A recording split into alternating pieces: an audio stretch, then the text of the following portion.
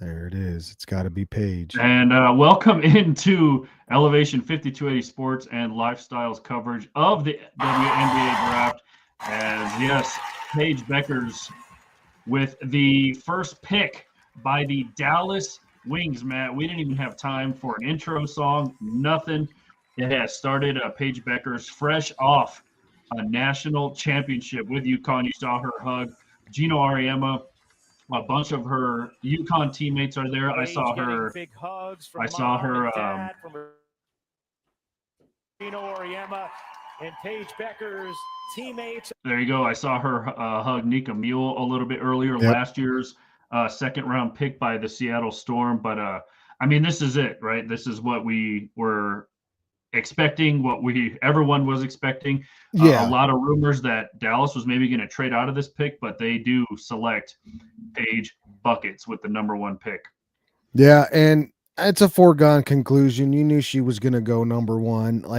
We talked yesterday a little bit on the Wheelhouse. Like, I could make a case for other players here, Anissa Morrow, team needs, stuff like that. But this was just it was what's going to happen. It was almost as a foregone conclusion as Caitlin was last year. But yeah, she deserves it. She got the championship, and it's another UConn player that gone number 1 in the draft. You know, I mean, like Travasi, you had Moore. There's a lot of players from UConn. Just again, that goes back on Gino Ariema, what he can do with that program.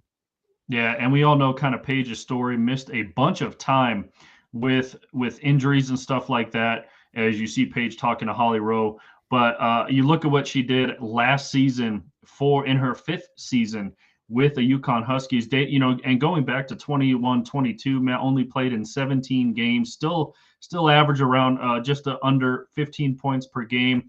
But last year, just under 20 points a game, just under 4.5 rebounds a game, just over 4.5 assists a game.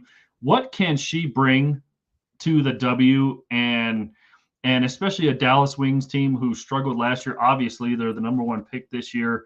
But what does Paige Beckers bring to the next level coming out of a well-established, I mean, you mentioned it, you know the UConn legends, Maya Moore, Diana Taurasi, Sue Bird, I mean, Nafisa Collier, I mean, Stewie, the list goes on and on with these legends that come out of UConn. But what does Paige bring to the next level? I mean, she just it's more of it's what the WNBA is getting. It's the star power, and those of the newer WNBA fans, the new women's college basketball fans are coming into the WNBA because of the star power that they got, and that's what she's bringing to the WNBA as a whole. As the team for the Wings, it's going to be just an instant offense, instant play, instant coverage. She's going to put that team in a category where they're going to be a team that everybody wants to show up and watch. We'll see what it looks like, because we have Paige now, and then, you know, we got in a couple of seasons, we're going to have Juju, and we got all these girls that are coming up through college basketball into the WNBA. And it's another opportunity for us to really follow and watch the path that these players go on. And a big name in Paige Beckers is another trophy or it's just another star to put in that WNBA category for fans like us to watch and enjoy. But it's going to be fun, man. I'm excited for this season. I really, really am, but it's going to be fun watching her. Yeah. So the Seattle Storm have the 2nd pick in the draft, and, you know, they're a team where, you know, they're the ones who actually drafted her teammate last year, Nika Mule. She suffered an injury, really didn't get going till almost halfway through the season. And she got her first WNBA points towards the latter half of the season. Washington Mystics follow them, Matt. They have 3 first-round picks, and they have picks 3 through 3, 4, and 6. So they're up there. The brand new Golden State Valkyries at number 5. But Seattle on the clock, and they traded Jewel Lloyd to Vegas in the offseason to team up with Asia Wilson. Asia Wilson obviously coming off an MVP season for the Aces. The Aces obviously lose Kelsey Plum in the process, but they acquired Jewel Lloyd once again from Seattle, and part of the Seattle second pick here is actually part of that trade. It was like a three-way deal. It is a pick from the Sparks in that offseason trade with the Sparks and the Vegas Aces. So once again, Kelsey Plum, new place, Jewel Lloyd, new place, and now Seattle looking for maybe are they looking to replace Jewel Lloyd? What are they looking for here?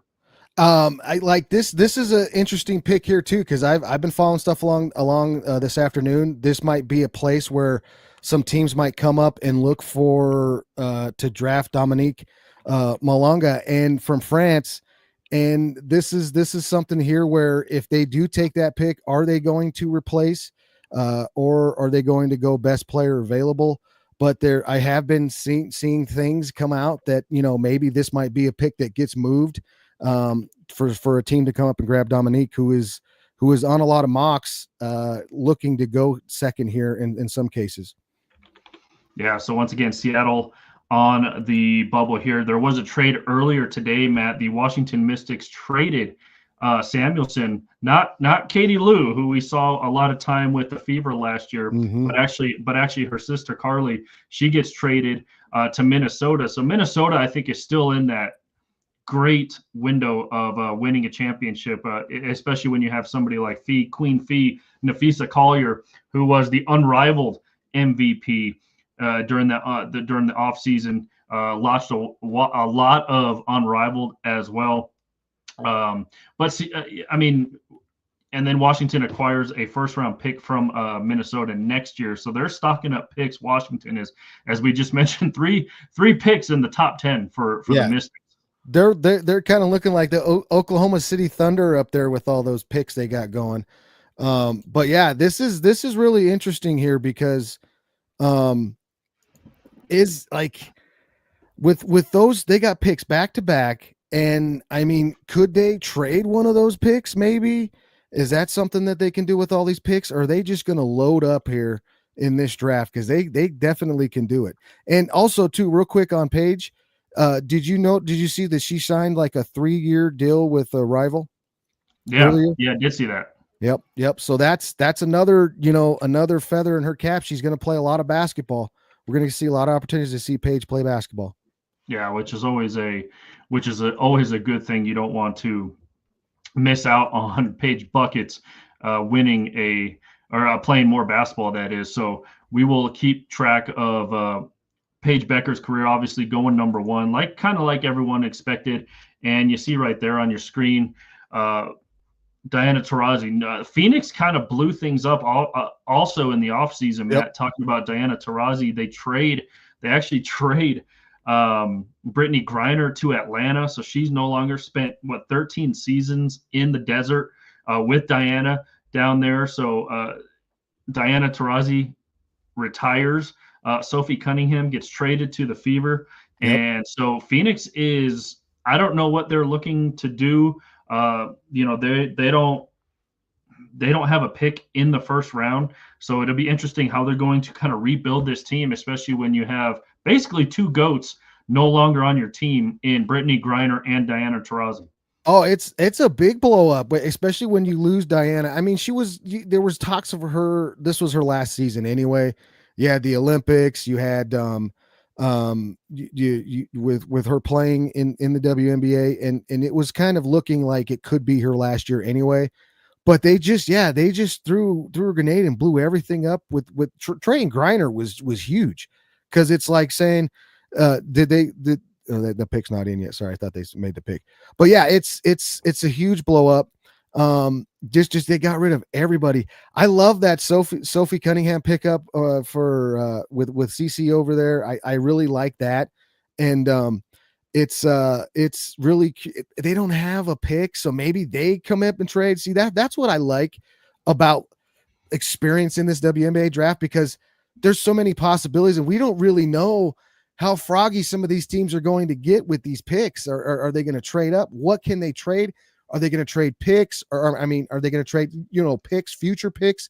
Are they going to trade players? Like what else? The cupboard's pretty bare there in Phoenix. So we'll see what they're going to do there. But Seattle's got the pick in. They haven't announced it yet. I'm really looking to see what they do with this.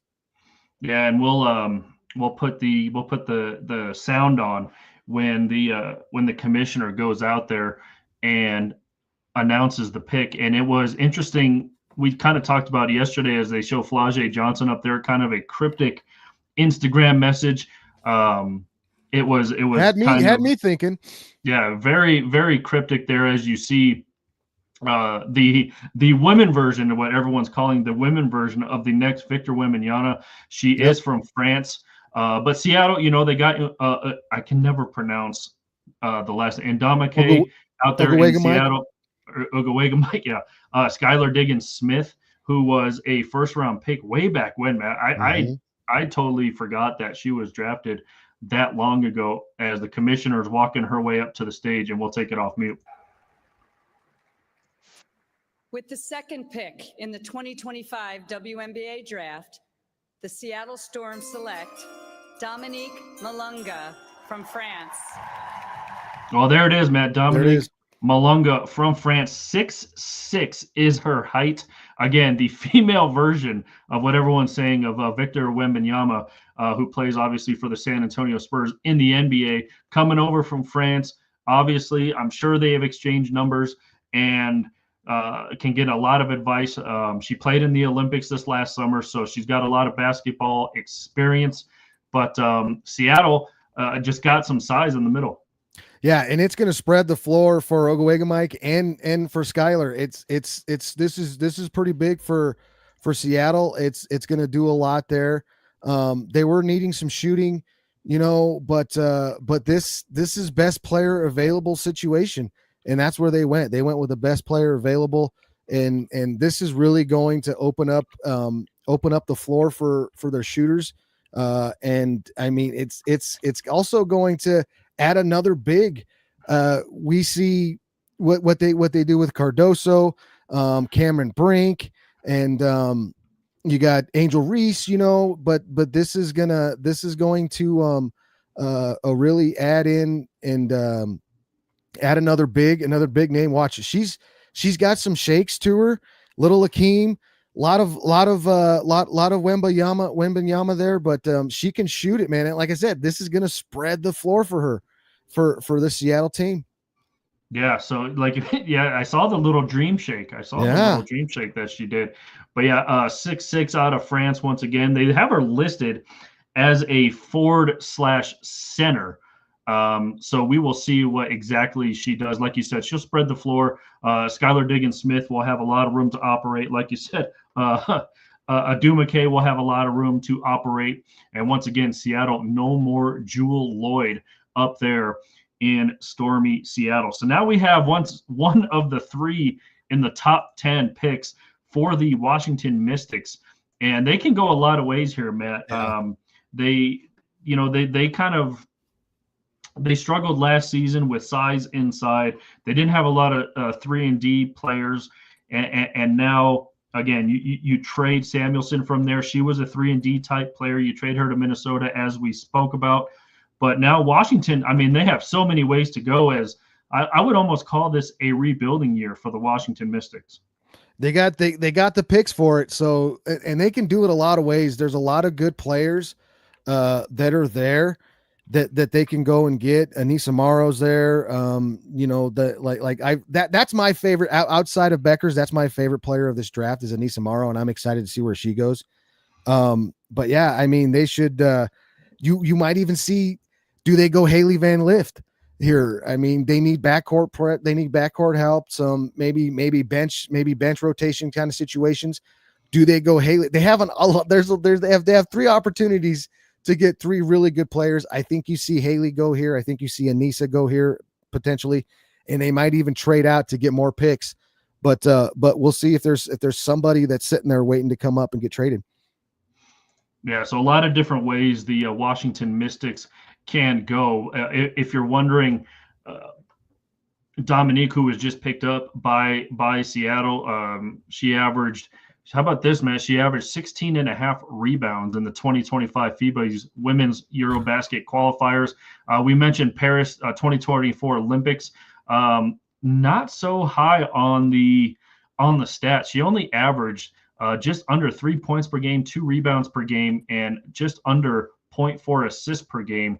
But her efficiency rating is way up there at 13.7. So, still raw. I think probably the best word to describe Dominique is raw.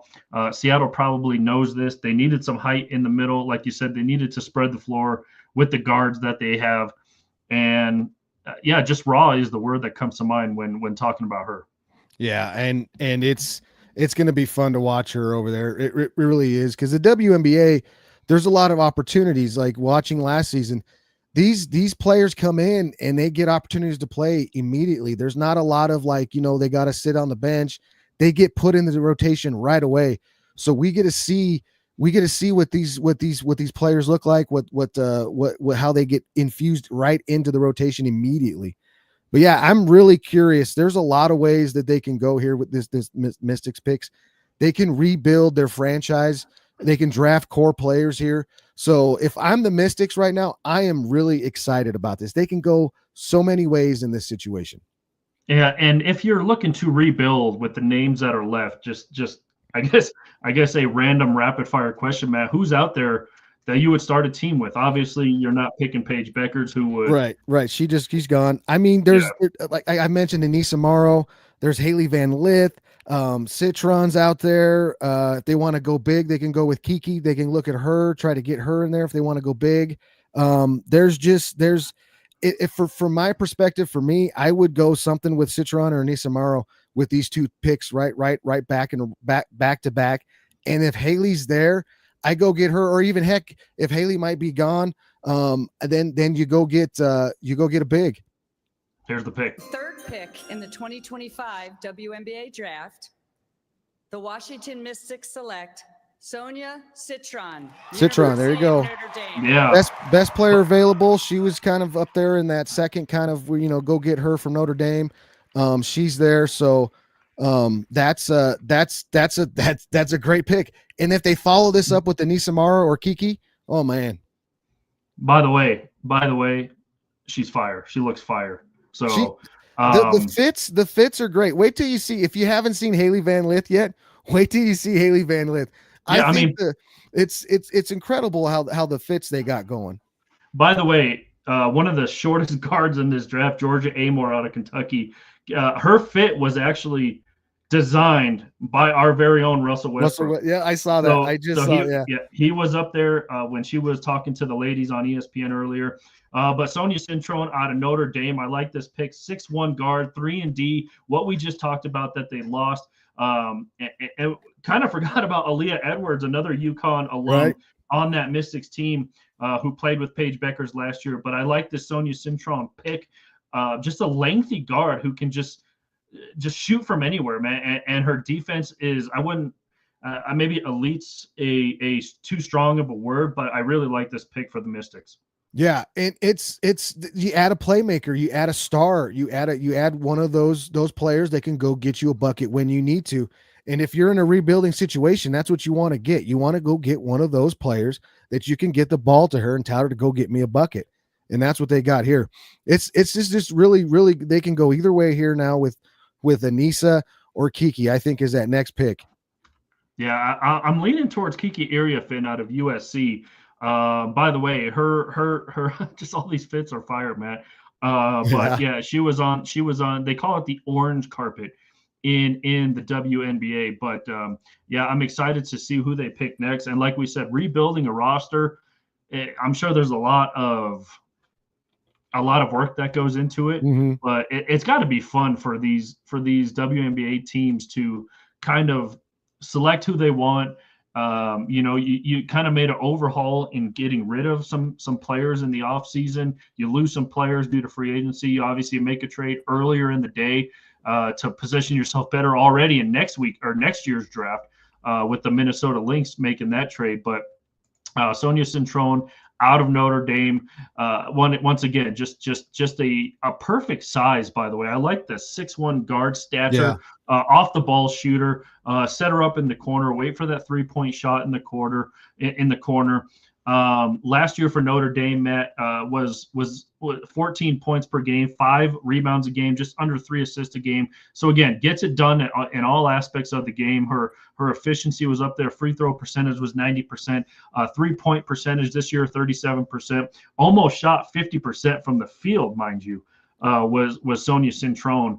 Last year was her best year as a Fighting Irish. Just averaging under 17.5 per game. But if she could put up those numbers for the Mystics, Matt, those same kind of numbers that she put up for Notre Dame, Mystics might make some noise, even though they're kind of rebuilding right now. Yeah, definitely. And you mentioned, the length. She can probably guard 3 positions, maybe even the 4, maybe. It just depends on, how physical she is. Cause Dana Taurasi said last year, it's different. It's different up in the WNBA. Here's the back-to-back pick. Here we go. With the 4th pick in the 2025 WNBA draft, the Washington Mystics select Okikiola Iriafan. Yeah, there's Kiki. University of Southern California. Yeah, like I was saying, it's either be I like Anissa, but this is a great pick too. She's big. She's another one of those tall, lengthy 3-4s kind of situation. Get out there on the wing and she can shoot it. But there's the Mystics were they couldn't. The way I looked at it is they couldn't go wrong there. They could not go wrong there. Yeah, either way, they couldn't really make a bad pick. As you see, Kiki up on stage, averaged during her college career, just averaged right around 12 points per game. But last year for USC, transferring over as a senior from Stanford, 18 points right on the dot for Kiki in her senior season with the USC Trojans, just under 8.5 rebounds per game. Just under steal per game, just under 0.7 blocks per game. She shot. She was an 81% free throw shooter. She actually shot almost 30% from 3, and met another 50% field goal shooter from the floor. So efficient, like you said, length, tall, can play the 4 or the 5. It just gives the Mystics so many options to go, and both Cintrone and Iriafan can be slotted right into the starting lineup right away. Right in there. And she's physical enough that she's not going to get bullied when she gets put in those situations. But yeah, this if you're a Mystic, I know I'm going to pay attention a lot more to the Mystics this year, but that's the same way with the whole WNBA. It's just really fun to sit and watch these teams get built and just from watching from college and then going into watching this now, it's really, really neat to see how these teams are coming together. But huge pick. I just love the way, and she's another reason why, I hate to keep harping back on this, but gosh, if Juju doesn't get hurt in that Elite 8 game, I think it was Elite 8 game where they were playing UConn. I don't know. I don't know if we're looking at Paige Beckers as a national championship, because that USC team was pretty stacked, was pretty stacked there, and you could see it right there what you had there. So yeah, this is going to be exciting here. Yeah. So now on the clock is the brand new Golden State Valkyries. They obviously went through their expansion draft. If you missed the wheelhouse yesterday morning, we kind of touched on what that entails. And, each team in the league has to put a player up for the expansion draft. You saw them get Kate Martin from the Vegas Aces. We all love Kate Martin and CC playing at Iowa together. Now she's in the pros with, by the way, give Kate Martin a follow on social. She's hilarious. She takes you through the facilities with Golden State and stuff like that. She was always funny when she was on the Aces as well, but give her a follow. We'll see her brand new teammate is. Teammates are, I guess.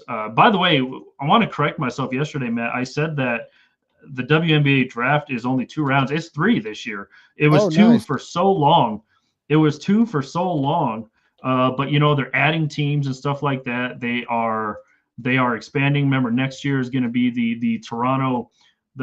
What are they called again? The Toronto on fleek or something like that. It's a Toronto Flow. Toronto. It was a Flow, wasn't it? Yeah, it was a weird name. But as their roster stands right now, Carla Leet at guard, Stephanie Talbot, one of their forwards, Temi Fagbenley from the Indiana Fever, Veronica Burton comes over from the Connecticut Sun, Julie Van Lowe comes over from the Mystics, Chloe Bibby, Janelle Salone, Kara Samuels, Celicia Van Diensley, a pretty big forward, 6'2" forward, center, Alicia Cunane, 6'5" center. So they got some length already. And as you mentioned, Tiffany Hayes coming over from Vegas. And then you have, again, Kate Martin coming over from Vegas as well. So Valkyrie's already with some decent pieces, but now they can go like Washington. You're basically rebuilding a roster. Sure, you made some expansion picks, but they're kind of lacking on guards, Matt, especially point guards. So I could see a Haley Van Lith going here or a Georgia Amore going here. One of those fast, efficient, slice through the defense type of guards.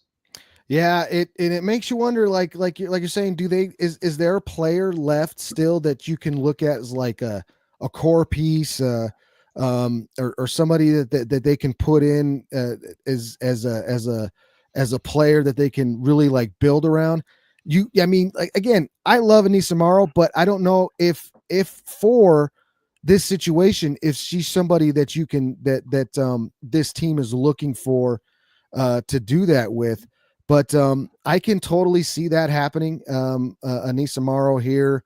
But if they add a Haley Van Lith to the to this team, to that roster that you said, it could be one of those like, hey, we're going to compete. We're trying to add somebody to compete now, and we're just going to look in the team. We're not really looking for that core piece, but if it's best player available, then you have to look at that, So definitely an interesting pick here. There's a lot of good guards left out there that you can pick up. And how many more picks do they have in the first round? Is this the only one? This is their only pick in the first round. Yeah. And then we almost neglected to mention that Connecticut has back-to-back picks too at 7 and 8. Chicago has back-to-back picks at 10 and 11. Remember, only 12 picks each round. So, but the draft has expanded. I'm not sure when they went to even 3 rounds, Matt, but it is exciting for the Bay Area to get a team in that area, and the pick is in. We will take it off mute. Number 5. With the 5th pick in the 2025 WNBA draft, the Golden State Valkyries select Juste Jochite from Lithuania. So there you go. Kind of So a little bit of a yeah, Ryan Rucco was about to say he was about to say it. Kind of I wouldn't say shocking pick, but a quiet pick. I saw her in a lot of mock drafts, Matt. The Lithuanian, what did they call her? The Lithuanian assassin or something like that. They were calling her. Once again, we talked about guards coming in to this pick. A 6-foot guard. I'm not even going to attempt to say her name like the commissioner just did, but yeah, the Lithuanian assassin is what they're calling her. Just cuts through defenses, surgical in her craft, and people don't realize that these players that come from overseas, Matt, they are already playing. We talk about when Victor Wembanyama came over to the NBA, and when Luka came over to the NBA, when Jokic came up, they were playing with grown men. These women are the same way, Matt. When you're playing for your country, you're already in the pros. Like, they were playing with grown women overseas. And so she's got a lot of experience. 6-foot, once again, guard out of Lithuania. Matt, I'm a quarter Lithuanian, so that's kind of cool. There you go. So a little bit of heritage background for you. But yeah, kind of a shocking, quiet pick. but I did see her in a lot of mock drafts, so that's where the Valkyries went. Yeah, and they went with some. This is a pick that if it hits, like she's there. If it hits, then it's one of those picks that it could carry you into the next 5-6 years with what you already have there. You throw her in the backcourt with Kate Martin, let Kate Martin run the show, and you get her to score. You give it her to score and move around and make plays.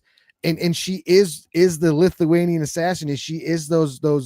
This is like the equivalent to when the Mavericks took a shot on Luka.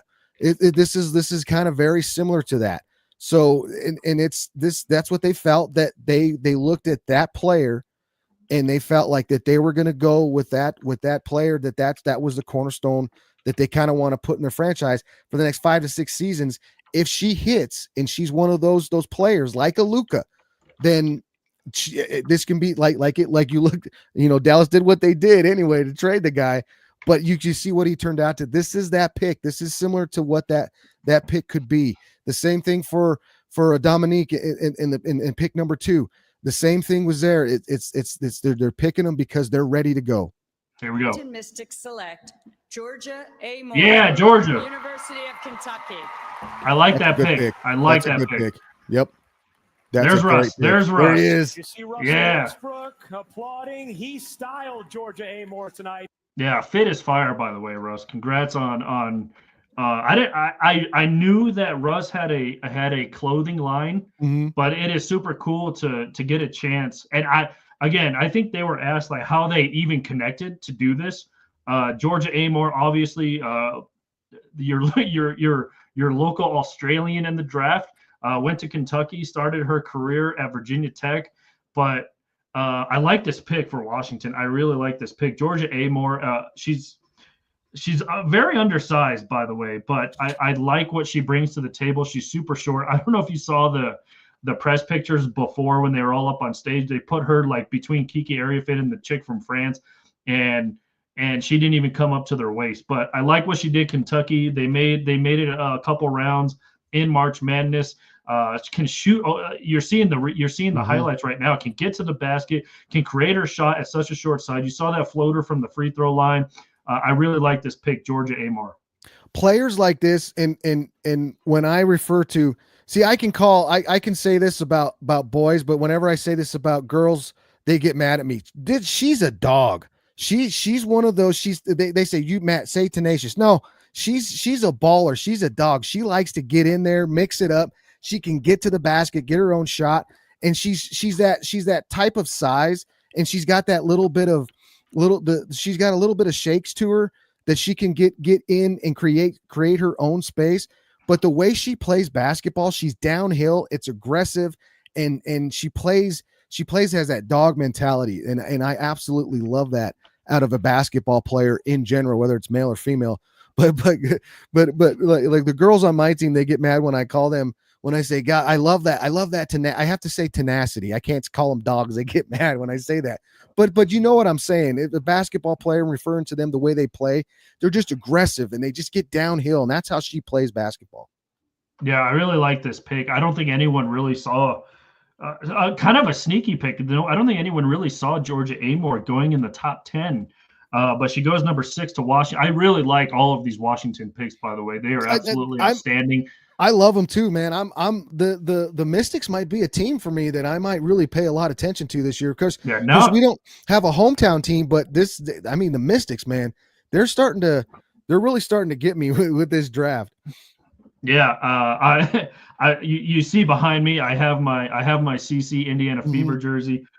So they are my adoptive and WNBA team. But again, we talked about, we both have WNBA League Pass, going to be watching all of these. I love this draft class, man. We talked about how kind of historic last year's draft, Connecticut Sun, by the way, now on the clock. But we talked about how just historic and progressive and however many adjectives you want to throw out there for last year's class. Obviously, Caitlin Clark, Angel Reese, Cameron Brink, Cardoso. I mean, there was so many good picks in that draft last year, and I like all of these girls in this pick this year.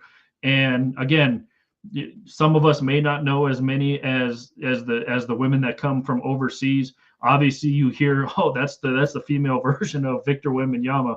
You know, they have these nicknames, the Lithuanian assassin. But Yeah. this draft, Matt, is very is sneaky good. I love this draft class as well.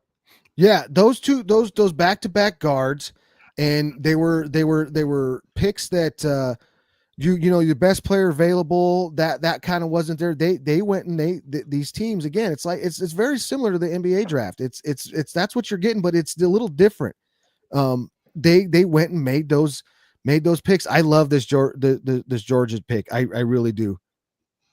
Yeah. By the way, last year for Kentucky, that she was a fifth-year senior last year, played in 31 games, just under 37 minutes, averaged just under 20 points per game and 19.6. Basically 7 assists per game, a steal a game. All of these free throw percentages are pretty outstanding. 84% from the free throw line, just under 34% from three, but another pretty good field goal shooter in 42% from the field is Georgia Amar. Here's Connecticut, and there's your girl. Yeah, there she is. There she is. That's a huge pick. Celebrates. This is my last year I had Caitlin Clark's this is my favorite player this year. Outside of Juju, this is my favorite player. That's pretty. Yeah, that's. I'm gonna say that's a surprising pick for your favorite player. Really? I just love the I know way you. she I know plays. you talked about her a bunch, but yeah, I love the way she plays. I love the way she does things, but and just how aggressive she is. But like outside of Juju, she was. I liked Haley. I liked a lot of things that Haley did, but outside of Juju, she was my favorite player. Yeah, that's pretty incredible. And as we mentioned, LSU led the SEC in rebounding. Again, kind of an undersized forward, Matt, is Anissa Morrow. Obviously, a national championship winner with LSU and that Angel Reese team.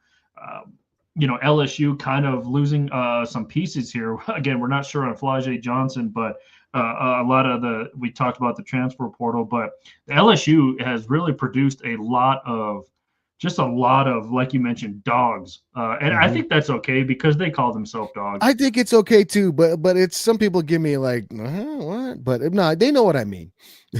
Yeah. But again, when Anissa Morrow is just, she knows how to get to the basket.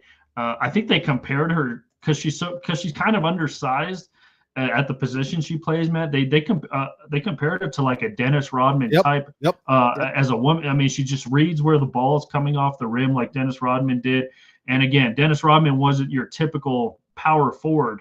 Neither is Anissa Morrow, but she knows how to get to the basket. Once again, averaged 13 and a half rebounds per game last year, 18, just under 19. So she's basically a walking double-double, Matt. Yeah, and I don't want to throw no shade at Angel Reese or nothing, but Angel Reese got a lot of what she got because Anissa Morrow was in the lineup. She was on the floor, and she adds a lot of rebounding. That the Connecticut Sun's going to need that rebounding because like their highest rebounder this year was Tina Charles at 9.6. So she's gonna add the rebounding to this Connecticut Sun team, and add a level of toughness to what they already have up there with their guards with Sheldon and Mayberry. But this is going to be, it's going to be interesting to watch this Connecticut Sun team, who they have another pick now, back to back. Do they trade this pick? Where do they go here? Yeah, this is going to be interesting. Based on the roster construction, I can see like a Haley Van Lith sliding in. She's got some experience with Anissa Morrow, obviously playing at LSU last year. So there is that kind of connection with those two players. You could go again several different ways. There's so many names still out there. But I can see kind of Haley Van Lith sliding right in here. A lot of people actually had Haley Van Lith projected as a second-round pick, right? Which is kind of interesting. And the pick is in once again, back-to-back picks here for the Connecticut Sun. With the 8th pick in the 2025 WNBA draft, the Connecticut Sun select Sanaya Rivers from NC State. All right. That's a good, safe pick. Yeah. Funny story about her. She recently just got engaged as the NCAA season came to an end. But yeah, Sanaya Rivers there's a couple of NC State players, Matt, that are projected in the first 2 rounds in this draft. So, again, they couldn't really go wrong with any of these picks. When you have multiple picks in the first round, Matt, you just kind of the table is open. It's a buffet, Matt. Just go up there and just pick whoever, because just like we're talking about the Washington Mystics, the Connecticut Sun kind of in rebuilding mode. They lose Alyssa Thomas. They're the dog in the middle. They lose and kind of an underrated move that nobody's done. Stephanie White, they lose their head coach. Right. So she's no longer there. She moves on to the Indiana Fever, who obviously doesn't have a pick in this first round either. But I like this pick for the Sun as well. Yeah, it's a good pick. It's a good safe pick. It's not really. It's just adds more pieces to their puzzle that really makes this team. Because they lost. They had Dejanay Carter was on this team, wasn't she on that team for a little bit too? And she's gone. Carrington, she went to Dallas. Dallas is kind of loading up as well through trades and stuff like that. But yeah, the Connecticut Sun kind of also in that sort of rebuilding mode. They could have went either way or any way with this pick. And if you're wondering, Sanaya Rivers last year for NC State, 35 games played. They made a little run there until they ran into that LSU team. Yep. So they kept it close. They only lost 80-73. She had 9 points, 6 rebounds, 5 assists in that game. She had a block in there as well for last season for the Wolfpack. Matt averaged just under 12 points per game, 6.5 rebounds, 4 assists, almost 2 blocks a game, almost 2 steals a game. Shot 42% from the floor.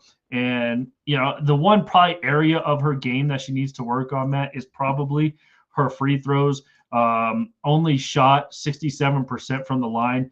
They have her listed as a guard as well. She has a forward's body, but she's only 6'1". She has super length, but she's only a guard. When you look at her, you're like, man, she's pushing that 3 or 4 spot, but she'll probably most likely slide into the 2. Yeah. And then now we got the Sparks up next. This is a situation because they've made the trades. We all know Kelsey. They made the Kelsey Plum trade, which really loaded that team up. But this is are they going to go, best player available? Are they going to add a rotation piece? Are they going to, what are they going to do here? What do you think that they might do here? Because you look at their guards, this could be a spot. This could be, you imagine Haley Van Lith and Kelsey Plum in the backcourt. Well, I was just about to mention that because they essentially play the same position. And they're almost the same player. They're almost the same kind of player. So this might not be a good spot for her here, but they maybe like if they're looking to add a rotation piece, it could be. It could be a place for her because they got a Odyssey Sims, Shanae Swain, but at the same time you got Kelsey Plum there, and if we're looking at rotation pieces, she could add to that rotation piece. But I don't know. This might be. They might go one of those. They might go one of those overseas or what are we calling them now? The overseas players. They might go with the German Anika. They might go with her. That might be an option there, but they can go a lot of ways here too with this because they got a pretty stacked roster. Yeah, they do. They got a lot of depth. When you talk about Cameron Brink, is actually listed at a forward at 6'4". You have Rakia Jackson, you have Derica Hamby, you have Ray Burrell. A lot of these women who played in the Unrivaled League, and then of course you have, and then of course you have Plum Dog right there anchoring this whole thing. I could honestly see, I mean, if you're talking about Haley Van Lith going the second round, Matt, I can kind of see Sparks grabbing her and Yeah. have her learn and sit behind Kelsey Plum. Yeah, I mean, at some point during the season, if again Haley Van Lith gets drafted here, which I don't see a need for the Sparks to draft her unless it's like you said, unless it's for some kind of rotations, for some more depth. But they could have Haley Van Lith kind of sit behind her and learn a lot from Kelsey Plum. And Kelsey, by the way, Kelsey Plum runs that Plum Dog camp. It is called, Matt. They are, yeah. The Plum Dog, yeah, we can do that. Yeah, I feel better now. But yeah, and Kelsey Plum's gonna run the show, and she's gonna run this Sparks offense. She's gonna run the show, and I know Rika's good though. Like I didn't forget about her, but I needed to be reminded about how good she was. She's good too. That Sparks team's loaded though. I we'll see where they go here. They could get kind of froggy to go and try to see if one of those those players from those Euro players, they might take a shot. I really liked what let me try to find her, Anika from Germany. She was good.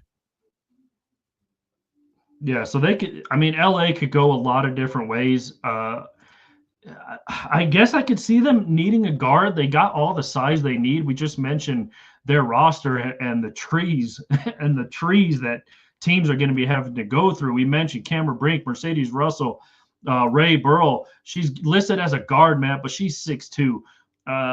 We talked about Derica Hamby. She's 6'3". Rakia Jansen, 6'2". They got so much size and length. They could go guard. They could go guard here, but maybe not a point guard in Van Lith. But I could see maybe a Sarah Ashley Barker from Oklahoma, Alabama, or maybe a Serena Sundell from Kansas State. Mm-hmm. The Serena Sundell. I mean, her defensive prowess is just outstanding. A good 3-and-D player, like a lot of these teams need. So we'll see. They could go that guard. A mid guard, maybe someone who can stretch the floor and play guard a little bit of forward when the team needs it. Right. And the more I look at it, I think if Haley doesn't go here soon, that second round, that number one pick in that second round that Las Vegas has, that could be a pick for her there to replace Kelsey Plum kind of situation. So we could see that, but yeah, I'm wondering where the Sparks go here. Yeah, and also, by the way, Vegas, no first-round pick either, as they made a lot of moves this offseason, switching things around. They still got the stabilizing piece in Becky Hammond at the helm. They still have that stabilizing piece with Asia Wilson anchoring that defense, anchoring that team, MVP caliber player every single year. But yeah, and then you bring in a very good leader in Jewel Lloyd. So Vegas looking to build upon that. We'll see what they do coming up in the later rounds as we wait for the Sparks. We mentioned it. I loved Pat Burrell's game, by the way, in Unrivaled. Again, Pat Burrell. I think that was a baseball player. I was gonna say. Yeah. I knew you were talking about, but yeah, Ray Burrell. I mean, I loved her game playing in the Unrivaled League. This will be her fourth year out of Tennessee, so I loved her game. Rakia Jackson, we mentioned, she came into the draft last year with Cameron Brink going to the LA Sparks, and the big question is, can Cameron Brink get back to that level? Obviously, he suffered an ACL tear during the season last year. She was actually picked up in the Unrivaled League as the pick is in for the LA Sparks. Let's take it off mute. With the 9th pick in the 2025 WNBA draft, the Los Angeles Sparks select Sarah Ashley Barker. There it is. University of Alabama. Yeah, that was one of my guesses. Yep. I like her fit there. I like her fit. Yep. Her fit, what she's wearing, she's absolutely stunning. But yeah, I loved her game at Alabama. Absolutely loved it. She suffered a terrible knee injury last season as well. But yeah, I mean, gorgeous. God. Jesus. Yeah. But yeah. I mean, I like this fit. I mean, she's going to complement. I mean, if they do slide her in the starting lineup right away, she's going to complement Kelsey Plum so well. Oh, for sure. And she has that veteran. I feel like you can lean on her a lot in a lot of situations because of her time at Alabama. And I like the way she plays. She's got that dog, so you can see it right there. And she's gonna push the floor. She's going to, and Kelsey Plum's fast. She's like one of the fastest players in the world. She's going to push the floor too. Put her in there, add her along there with it, man. Yeah, this it's a good fit. It's a good fit. Her fit is fire, and this fit is fire. Yeah, she's just all around fire. Is Sarah Ashley Barker. Might be the next W jersey I order. Honestly, I was waiting for her to see where she went. That wouldn't be a bad one. I and I was trying to think about this too, like, because I was looking at getting a Kelsey Plum Vegas jersey, but then she got traded. And is it sacrilege to get a Sparks jersey? Is it that too close to Lakers, or is that okay? Well, the colors are close, but I mean, her mom looks like her twin, by the way. I was going to say, what does that two of them? Yeah, keep Zach Wilson away. But yeah, there was a the colors are close to the Lakers. Obviously, they're obviously associated with the Lakers and Magic Johnson and that whole group. But yeah, I don't think it's sacrilegious. The W is just a whole different ball game, Matt. It's cool to support these ladies. We've been begging Denver to get a team here for the last couple of years now. We've thrown it out there. We've thrown it out there what the team name would be, stuff like that. But I like this pick for the LA Sparks. You talk about her time at Alabama. She was a fifth-year senior last year. They made a little bit of a run in the NCAA tournament this last season, made it 2 rounds. They ran up to a very tough Maryland team in the second round, Matt, and they lost in double overtime, 111-108. So she had 45 points in that game, by the way, in that double overtime loss. And she's going to have so much. She had 8 rebounds. She shot 68% from the floor of that game, but her overall season last year meant 18 points a game, 6 rebounds a game, 4 assists a game, 2 steals a game, 1 block a game, shot 51% from the field, 38% from 3. And again, one of the areas she probably needs to work on a little bit is her free throw percentage, because she gets to the line a lot, Matt. She only shot 71% from the line. So that's one area of her game. But again, she's going to complement Kelsey Plum and those bigs so well in LA. Yeah, big addition there. I echo everything you said there. She gets to the free throw line. She needs to start get better at that. And when you get to the W, it's going to be different. If you're not going to get the fouls that you typically got in the SEC. But she's a 5th-year senior, and like I said, that's a veteran. You can look at that and say she's a veteran presence. She's not going to get rattled, and she's been through a lot with that Alabama team. So yeah, huge addition there, and I'm excited to see what she does with Plum Dog. But here with the Chicago Sky, they're big.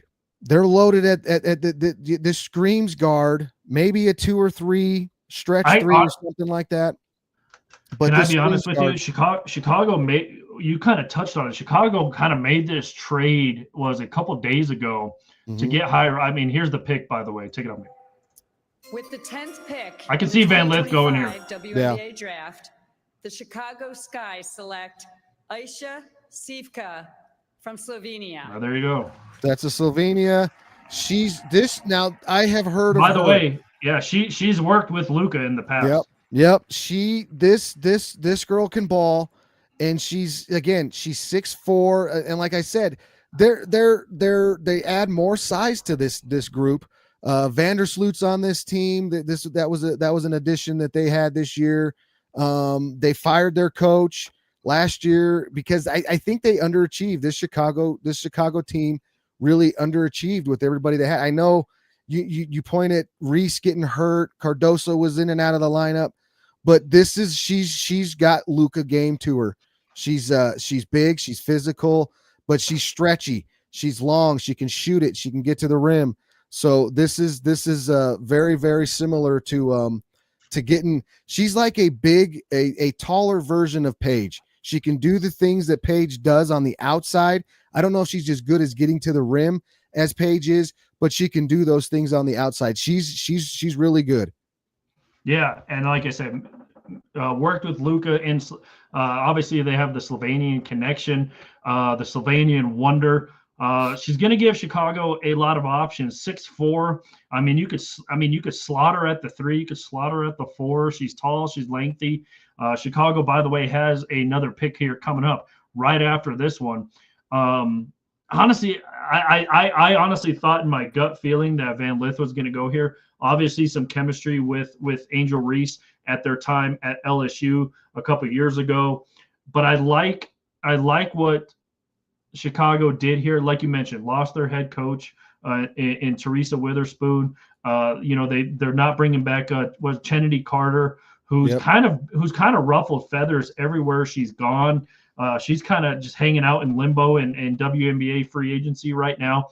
But I would not be surprised if Van Lith went to Chicago. They need guards. Yeah, they need guards. I mean, you got Van Lith that's available. There's another guard that's out there. But I'm looking at it and like they can go big with a lot of lineups, especially with the addition of her. And I really don't, if they go big again, it makes you wonder, if they don't go guard here, it makes you wonder what they got. Are they going to make a trade? They got to go guard here. Well, based on they have some guards listed here. I mean, they have a Mariah Jefferson who came over from Connecticut. They got Ariel Atkins, who came over from the Mystics. They picked up Rebecca Allen, who I really like her. She was hurt a lot last year with Phoenix. She comes over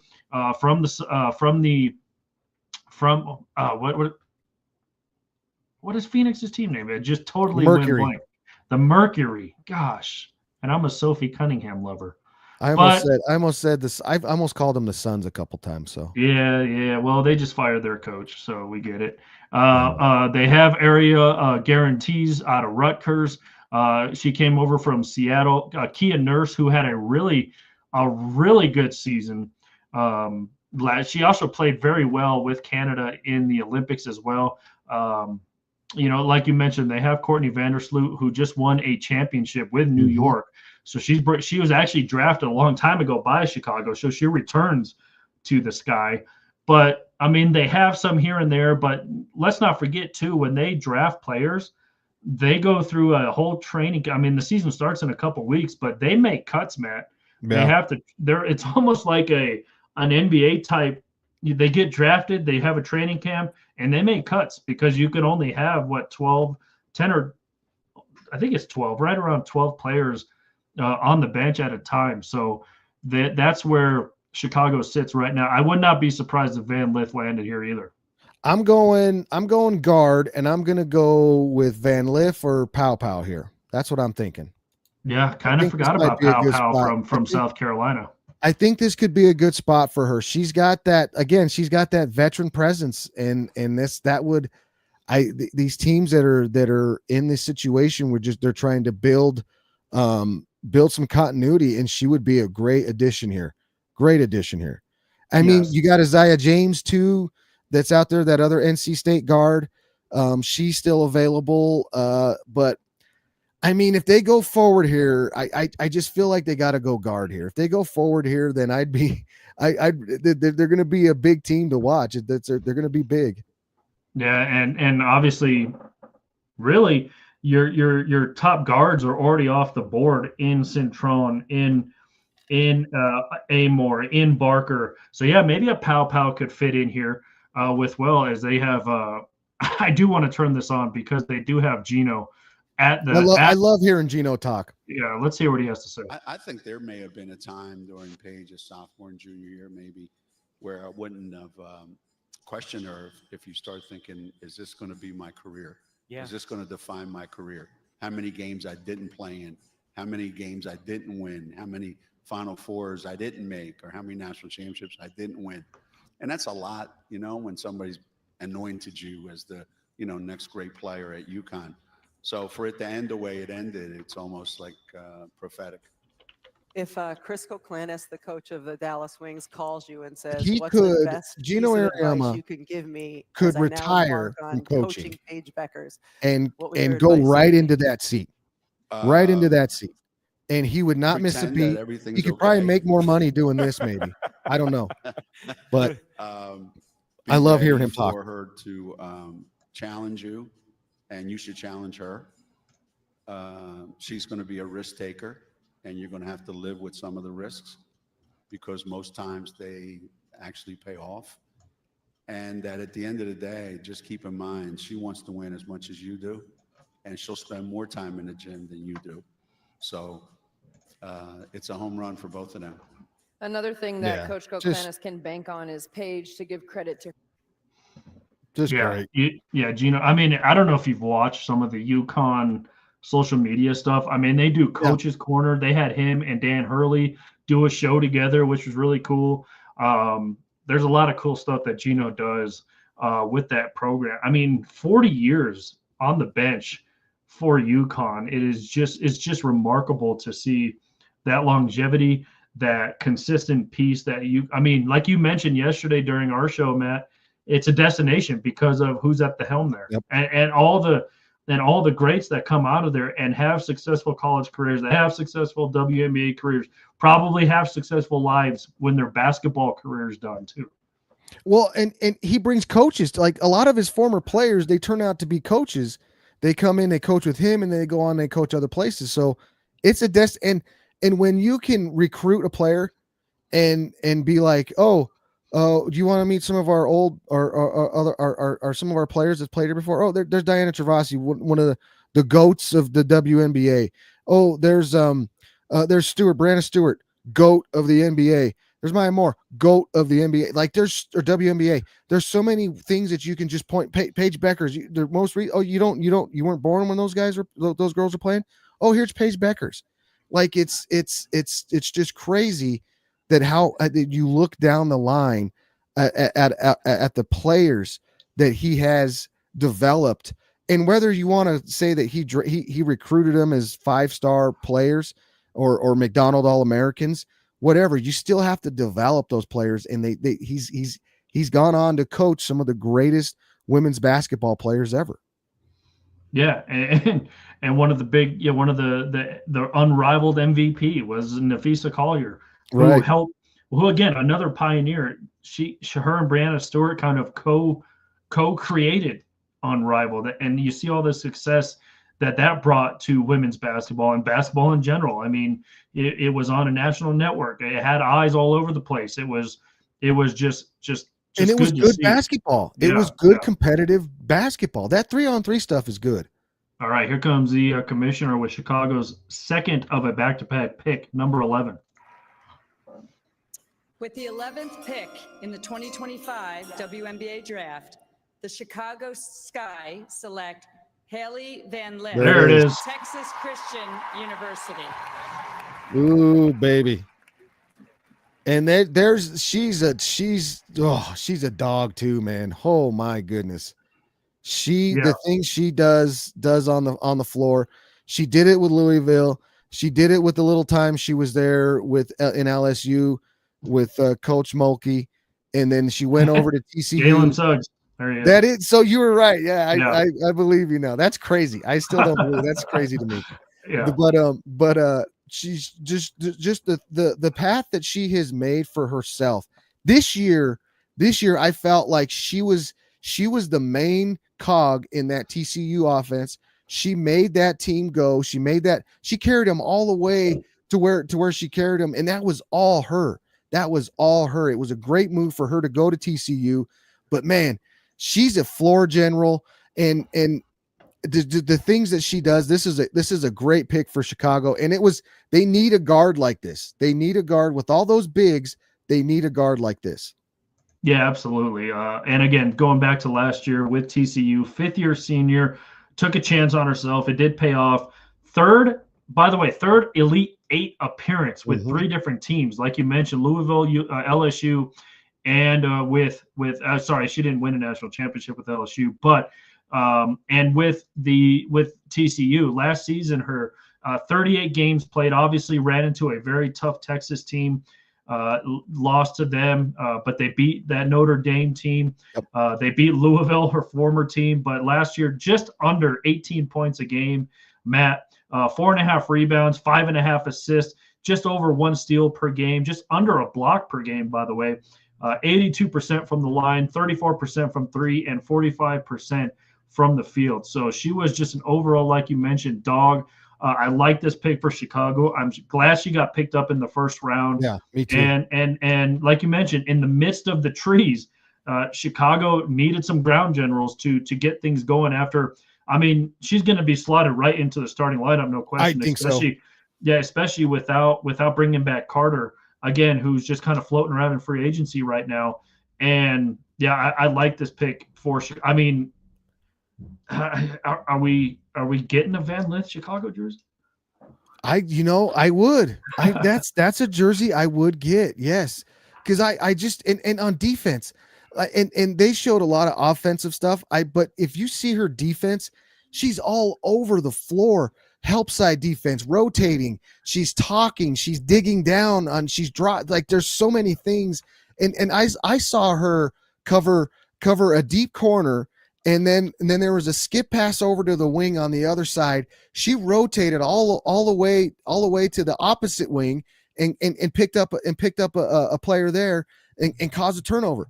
So the things that she does overall is just tremendous. Not only on the offensive end and how she can facilitate an offense, she can run an offense. She did it this year in TCU. Great example of what she can do. But on the defensive side, you can't, and that's where she's going to shine this season, is on the defensive side, I think. But offensively, she's tremendous. But on the defensive side, my goodness, she's just one of those special players.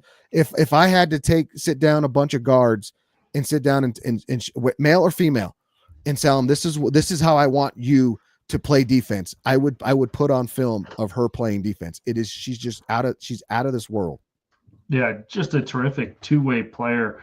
Again, her college career rounded out with 15 points per game, 4 rebounds a game, just under 3.5 assists per game, 42% from the field. And by the way, both of these Chicago picks, they were acquired from trades. Mm-hmm. And the 10th pick was from the Connecticut Sun, and the pick that they just used were from the Minnesota Lynx. Now Dallas kind of started this things off. They will encapsulate this first round as they are back on the clock. And here is their pick. Pick in the 2025 WNBA draft, the Dallas Wings select Isaiah James, There. NC State. That's a steal. That's a steal. Yeah, we kind of mentioned the NC State had 2 players that were projected in the first round, and there goes Isaiah James, a 5'10" guard from the Wolfpack. So Dallas closes things out with another guard. So her He's got a pretty nice fit too. Yeah, her and Paige Beckers will get to know each other probably tonight, but they'll get to know each other on the floor. How well do you think? I mean, it is cool. I've been watching the WNBA social media pages all day long. It is cool how the league just takes them to New York, sets them up in a hotel, takes them to the Empire State Building. And it's cool to see they're going to be competitors again. They were competitors in college, but cool to see the bond that they have before this process takes place. Yeah, for sure. And her and Paige in the backcourt is going to be definitely interesting. Paige is more of a finesse, kind of like shoot it more, but get her shot, get to her spot. Isaiah likes to get, she's a facilitator, but she's also a creator. You're going to see a lot of one-on-ones. You're going to see a lot of ISO ball with these two that are going to get those bigs involved as well. But I think the backcourt with these two is going to be very, very, very fun to watch. Yeah, and last year the NC State Wolfpack made it to the Sweet 16, lost by 7 points to the aforementioned LSU Tigers. But in her overall season last year, Matt averaged just a tick shy of 18 points per game, 5 rebounds a game, 3 assists per game, 1 steal a game, shot 44% from the field, 33% from three, 75% from the line. So, I mean, this Dallas team, again, just they're kind of in that place too where they just almost kind of wiped out their roster that they had last year. And now they, again, just like the teams we mentioned before, the Connecticut's, the Washingtons, they are just kind of breathing a breath of fresh air when it comes to just rebuilding. They got a lot of players in trades. They've made a lot of moves in the offseason as well. They get Alyssa Smith, the big forward from the Indiana Fever. We mentioned Dejanay Carrington, the guard from Connecticut last year. You saw her in the Unrivaled League as well. But also you have Agumbawale in Dallas as well. I mean, you saw her just light up the All-Star game last year as well. So this Dallas team's going to be, I think they're going to be in the conversation for a bit of a run next year. Yeah, I agree. And they have an opportunity now to go and get another great player, another addition to this, to add to what they got going on now. They can go with an Aubrey Griffin, get Paige's teammate back up there with her. There's a lot of ways that they can go here. Again, there's that Anastasia from Russia. There's Anika from Germany. Those I'm not even gonna try to say their last names. Those are two girls that have been really good, and they can go and snag them up. But again, I don't think they go guard here because they got Arik, and then they have Paige, and they have James. So I don't think they go guard here. I think it's a 3, a 4, maybe even they go look at a center and this, but they can go a lot of ways here. They have one more pick in the second round. I think it's a second pick in the second round. So they're going to be up here pretty quick, but they're putting together a pretty good roster.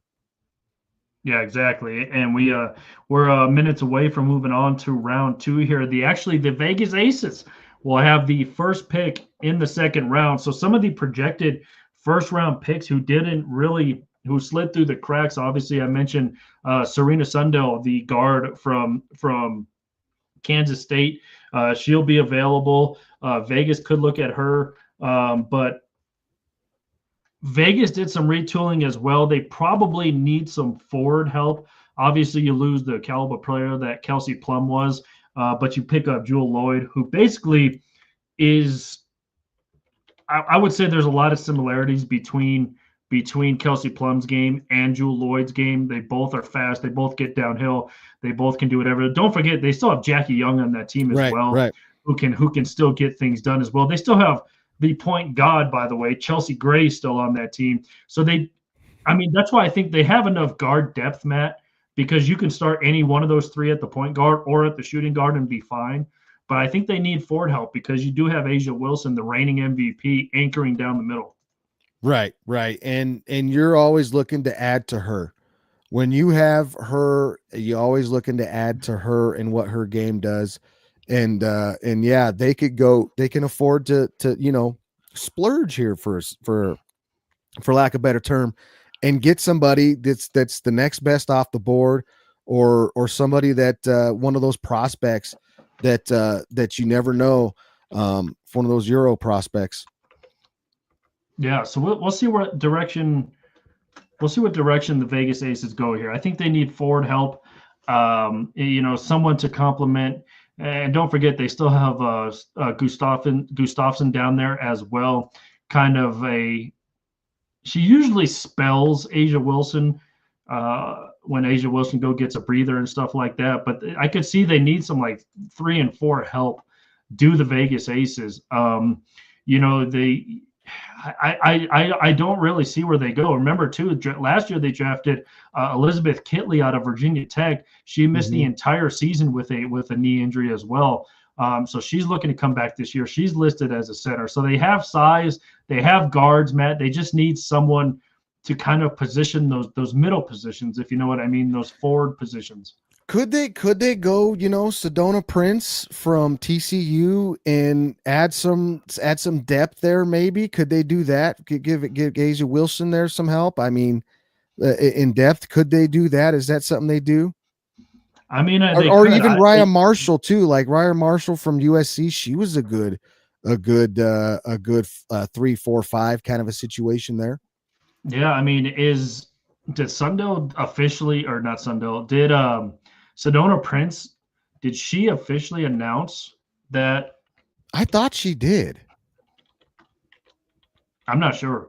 By the way, I saw something very interesting on her and Haley Van Lith. She kind of caused a lot of problems. She was a 6-year senior, Yeah. something crazy like that. I did hear some. Again, I don't know how much this is true, but I read somewhere that she caused a lot of problems, not only at TCU, but where she was before at Oregon. I think she was at Oregon. Yeah, Oregon, Texas. She started her career at Texas, but yeah. So they have it up on the screen right now. The Vegas Aces core of 4, they call it. Jewel Lloyd entering that conversation with Asia Wilson, Jackie Young, and Chelsea Gray. So we'll see. I don't know where Vegas goes. I think they need forward help, like I've been saying, but I mean, they could surprise us all and pick another center. They have 3 centers listed on their roster. They do. So I'm looking at it, Maddie Westbeld is interesting to me too. She's still there. Here they go.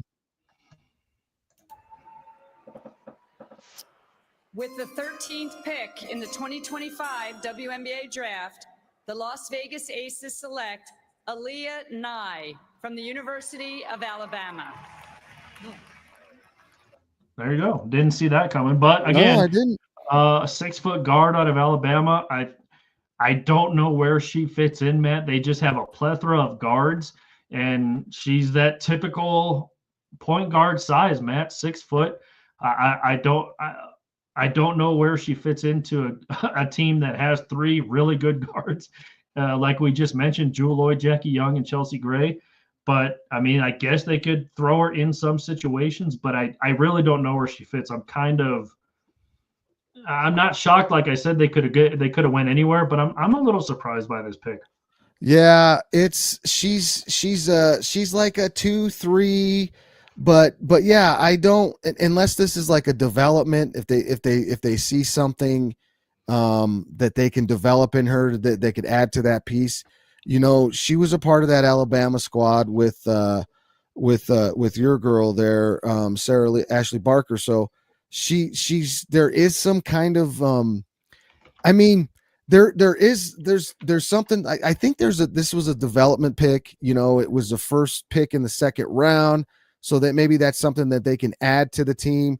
And she's. Yeah, I don't want to say that there's nothing that because she's a good basketball player. She shoots the 3, but maybe that's something. Maybe that's something they come out and stretch 3, put her out on the wing, find a deep corner, spot up 3-point shooter, develop her game around that. But there's the core piece there in Vegas, and maybe she's just rotational player, and we'll see what happens to see how much minutes she gets. Yeah, I'm again kind of surprised by that pick. Dallas once again on the clock. We've seen their picks. For obviously Paige Beckers goes 1, and then they get Isaiah James, another guard from NC State. Dallas, I want to say they're full on guards like Vegas was, but there you see kind of the players that slipped through the first round there. Sellers was kind of a big name coming out of Maryland. Surprised she didn't go in the first round. I thought she would have been picked by one of these teams who needed some help kind of in that 3-4 position. So she's still available. Sundell, a guard. A lot of teams rich with guards, as we mentioned. It'll be interesting to see where Dallas goes now. Yeah, we'll see. And right now you're getting into that part of the draft where, of course, there's great players here that you can add to your starter lineup or your depth. Like typically, if you look at the NFL or even the NBA, let's go with the NBA. The NFL is a bad comparison, but you look at the NBA, those 2nd round picks, unless you're not named Nikola Jokic, they typically don't get a lot of run. and you're usually building up for the future. You're trying to get rotation pieces, but with the WNBA, a lot of these girls can contribute right off the bat. Tahina Paopao still out there. I said Maddie Westbald's still out there. I really liked her game. And Georgia Woolley's still out there from Syracuse, the Australian. She's still out there. So there's a lot of really good players that are still out there that with the 14th pick in the 2025 WNBA draft, the Dallas Wings select Madison Scott, Ole Miss. Ooh. She could play too. I mean, that's an inch, and there they go loading up on guards. Yeah, and she can kind of stretch to the 3 if they really needed her to. Ole Miss, just a great season for both the men's and women's, by the way, in the NCAA tournament this year. So Madison Scott, she's listed as a guard, obviously. Her college career, 11 points per game, just under 7 rebounds, 2.5 assists, shot 49% from the field in her college career. But again, listed as a guard, Matt, but if they run things small, she could play the 3 if they really needed her to. First team All SEC defense, second two-time two-time SEC All Defensive Team. This could have been a defensive pick here for her because she can, like you said, she can stretch to the 3, probably play some defense out there too as well. So again, we haven't seen the Minnesota Lynx on the clock yet. They will have the 3rd pick in the 2nd round. So overall, the 15th pick in this draft. The Minnesota Lynx, again, they're going to be poised for another championship run, Matt. You have Nafisa Collier on that roster. They are coached by a very good coach, coached the women's national team for the USA as well. And I mean, again, you have Nafisa Collier on this team, Matt. Anything is possible. You have my other girl on this team. You have my other girl on this team as well in Bridget over there. So I like Minnesota. I like the way they're constructed. Bridget Carlton, by the way, she's been playing in Turkey, playing in Spain this offseason. She's getting a lot of experience under her belt as well. Also played for Canada in the Olympics. Alana Smith holds it down in the middle, 6'4". She's listed as a forward, Matt, which is just crazy to me as well. Courtney Williams, you saw what she did. Yep. Yeah, you saw Dog as well. You saw what she did in the Unrivaled League. So this Minnesota roster, Kayla McBride had a really good unrivaled offseason as well. Grace Berger came over from Indiana, didn't get a lot of playing time there. We just mentioned Carly Samuelson in the trade earlier. Cheryl Reeve, by the way, has been the head coach of Minnesota basically since the WNBA started, it seems like. So Minnesota can go a lot of ways. They don't need a lot of help here, Matt. They have depth at every position. They're strong at every position. So honestly, I could see Minnesota just picking the next player available. I don't know who that is, but we'll see. This will be an interesting pick because Minnesota, again, I mean, their roster really hasn't changed from last season, and they went to the finals, lost to the New York Liberty, but again, a poise for another championship run this next season. Yeah. They can go any way that they want to go here. They can go get a player that I don't think this is a spot for a player that's ready to play now. This is a spot for a rotation piece, an added again, like, she's eligible. I think a Sedona Prince can go here. This would be a good place for her. It's a team that has a good core. It has a good coach. So if she goes in there and she starts pulling her crap, then they can reel her in. That if this is a place, if they want to take a chance on a 6'7" center, this is the place for it. The kind of team, the kind of core, the kind of culture that's there could be good for that situation. Yeah, and don't forget Natasha Heidemann on this roster as well. You saw her in the Unrivaled League as well. Just a sneaky fast guard. She's only 5'8", Matt, but is again can make those surgical cuts, get downhill for as small as she is, can create her own shot. She's got range as well, obviously better from mid-range, kind of in the elbow area, but she's sneaky quick as well. So I really don't know where Minnesota goes. I mean, they're just stacked already. You know, at the center position we mentioned, you know, they have Alana Smith. They have Dorka. I always forgot how to say her last name. Again, another UConn alum, by the way. Yeah. So here we go. Minnesota is ready to pick. International here with Anastasia Olari Kosu. Really brave of me to say that name twice. Meanwhile, Rebecca, we will move right along. Oh, they got the to Russian. 16th pick of Anastasia. this year's draft. And the Chicago Sky back on the clock here. We've seen that. So See, and Anastasia Oliar Kosu. That's what you're starting to get in these second rounders. They're going after these players, these European players that, you know, not a lot of people know a lot about, and they're taking a chance on them. I thought someone was walking up to the stage, but apparently not. So yeah, Minnesota again. They could have picked someone from anywhere, anybody, any part of the world. This is a good pick here, Maddie Westbald. This is, I've been waiting for her to go. I'm surprised she didn't go a little earlier. I like her game, but she goes to Chicago Sky. That's a good pick. Yeah, Notre Dame making a heavy presence in this draft as well. Yeah, I like her size, Matt. I like what she can do in the paint. She's got some range too. You know, 6'3". She kind of fits right in. I mean, can you imagine Cardoso, Angel Reese, and Maddie Westfall out there at the set? I mean, that's just a huge, lengthy, tall lineup. They're big, yeah. Yeah. They can run out and they can run some big, tall lineups out there. And I'm interested to see the Chicago Sky play ball. But like it all goes to what Angel Reese and Cardoso are going to do, or how they're going to come out and play. And if Angel Reese is going to average 20 rebounds a game by throwing up 10 of them and getting her own rebounds, then that could change the game. So we'll see how all that comes down. But yeah, they can go anywhere. You know, they can really go. These teams coming up now that are drafting now, it's rotation, and they can. I'm surprised Tahina Paopao went this late. She's not gone yet. And I'm honestly kind of surprised that Sundell has gone this late. Both of those ladies projected first round picks and still waiting for their name to be called.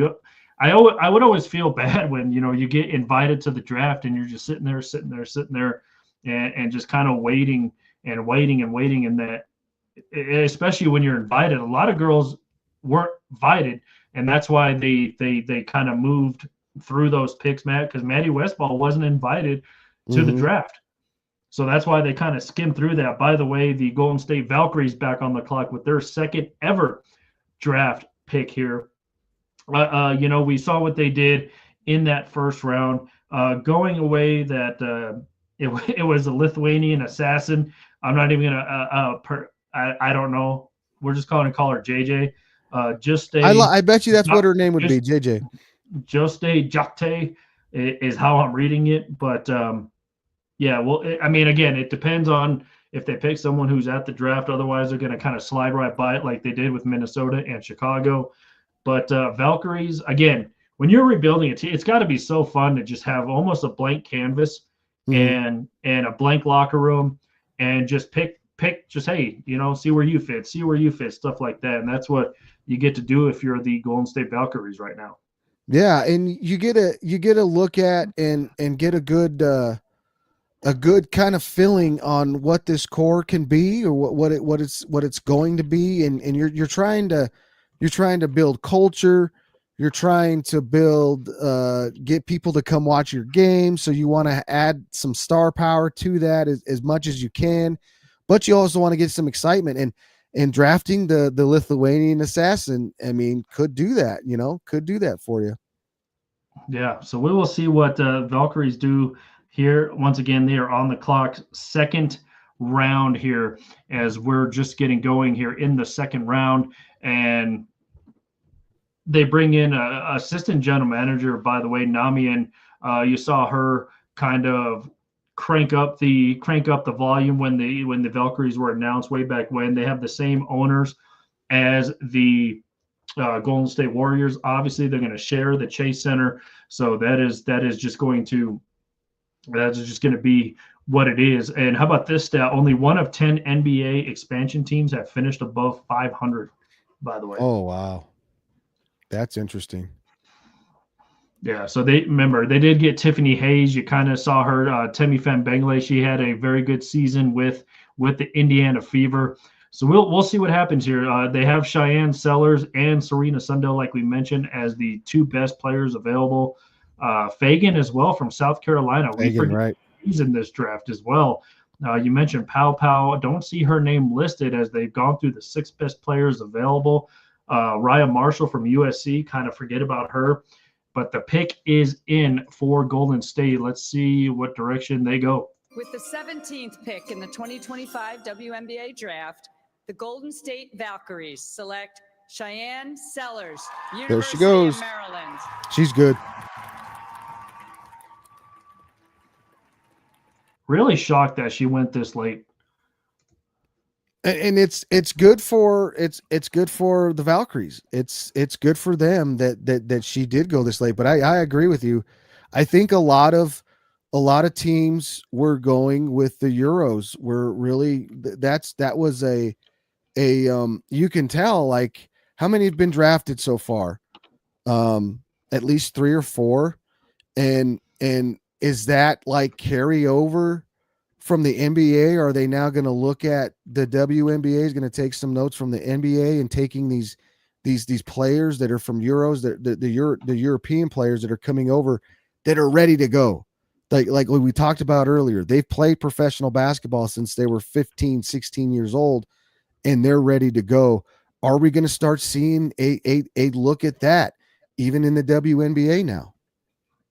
Yeah, it is going to be. It is. I mean, it's getting so good overseas. You see it in the Olympics. You see it during Euro leagues and stuff like that. You see it in kind of the. You saw it when Haley Van Lith, Paige Beckers, and Caitlin Clark were all teammates on Team USA. You saw it back then. I mean, you're seeing it every year. It's progressing. Every year it's getting better, and every year we're just seeing the strength of overseas. I'm kind of surprised that Sellers went behind someone from overseas, but right. I'm really surprised she fell this late. And you saw it with the 3-on-3 in the Olympics too. Like there's some good there's some ball out there. But yeah, the fact that I'm with you there. She's but then like that's what I'm really starting to figure that out now. Starting to try to learn that. That they're going with the Euros, and they're kind of, well, they'll be there in the second round. Because that's kind of what it looks like now. They went with the Lithuanian assassin and hoping that they can get one of these players in the second round, which they did. The Atlanta Dream. I don't know if I was muted. The Atlanta Dream is now on the clock, Matt. They did not have a first round pick either, so we will see what direction they go. Remember, we talked about it a little bit earlier. They acquired Brittany Griner from Phoenix. 12. She's going to be entering her 12th year, by the way, out of Baylor national championship there. Maya Caldwell comes over from Phoenix. They get Ashley Jones from Minnesota. Alicia Gray, a very good point guard in her own right. You saw what she did in the Unrivaled League as well. Ryan Howard, you saw what she did, especially at her time in Kentucky a few years ago. So they have a lot of room and a lot of space to grow as well. I wouldn't be surprised if they just took one of these better people. I just saw Sedona Princess, by the way, on one of the best players available. I just saw her name flash across the screen. So see that one is like I know the bat, like I guess the dark cloud that's over her, but if she can get on the right team, because she's big and she's skilled, she's a skilled big, but I'd be curious to see if she gets on the right team, how she can do. Yeah, so we will see what Atlanta does. Again, they're a team who's just super talented right now. Again, the addition of Brittany Griner obviously is going to anchor the post and stuff like that. And you have Alicia Gray. Now, who's going to fit in between them is going to be the question. I mean, I think, and Ryan Howard obviously is going to be your shooting guard. So it's going to be interesting to see where they go and how they do it. But yeah, I mean, I wouldn't be surprised any direction that Atlanta went. Yeah, it's this. Yeah, that's kind of how we're how we've been. We can like guess, but this second round has been a definitely. It hasn't been BPA best player available in most situations. It's been like we don't know if they're going to go and try to take swings at players because there's still a couple of Euros out there that they might 18th take pick some in the swings with. 2025 Here we go. WNBA draft, the Atlanta Dream select Tahina Palpal, There she goes. State of South Finally. Carolina. There's Dawn. And she's one of my favorite players too. I love the way she see the plays. react- She plays like a dog, just like I've been talking about all night. I like she was coached by Dawn Staley. You can tell she has that Dawn Staley mentality too, the way she's been coached. So I'm not super surprised that she went this late. I thought she might have went sooner, but it's not a terrible place for her to go. It really isn't. It's going to give her a place to flourish there and to be kind of a focal point in some cases.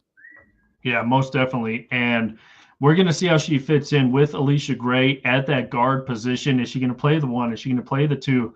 I mean, she's only 5'9", not the greatest size for a guard in the W, but she can sneak into those spaces, can sneak into those zones where she can make her own shot. We saw what she did in South Carolina. So it'll be interesting to see what they do, kind of inserting her into this lineup. Again, Atlanta, again, one of those teams where they made a lot of moves during this offseason, a lot of roster reconstruction.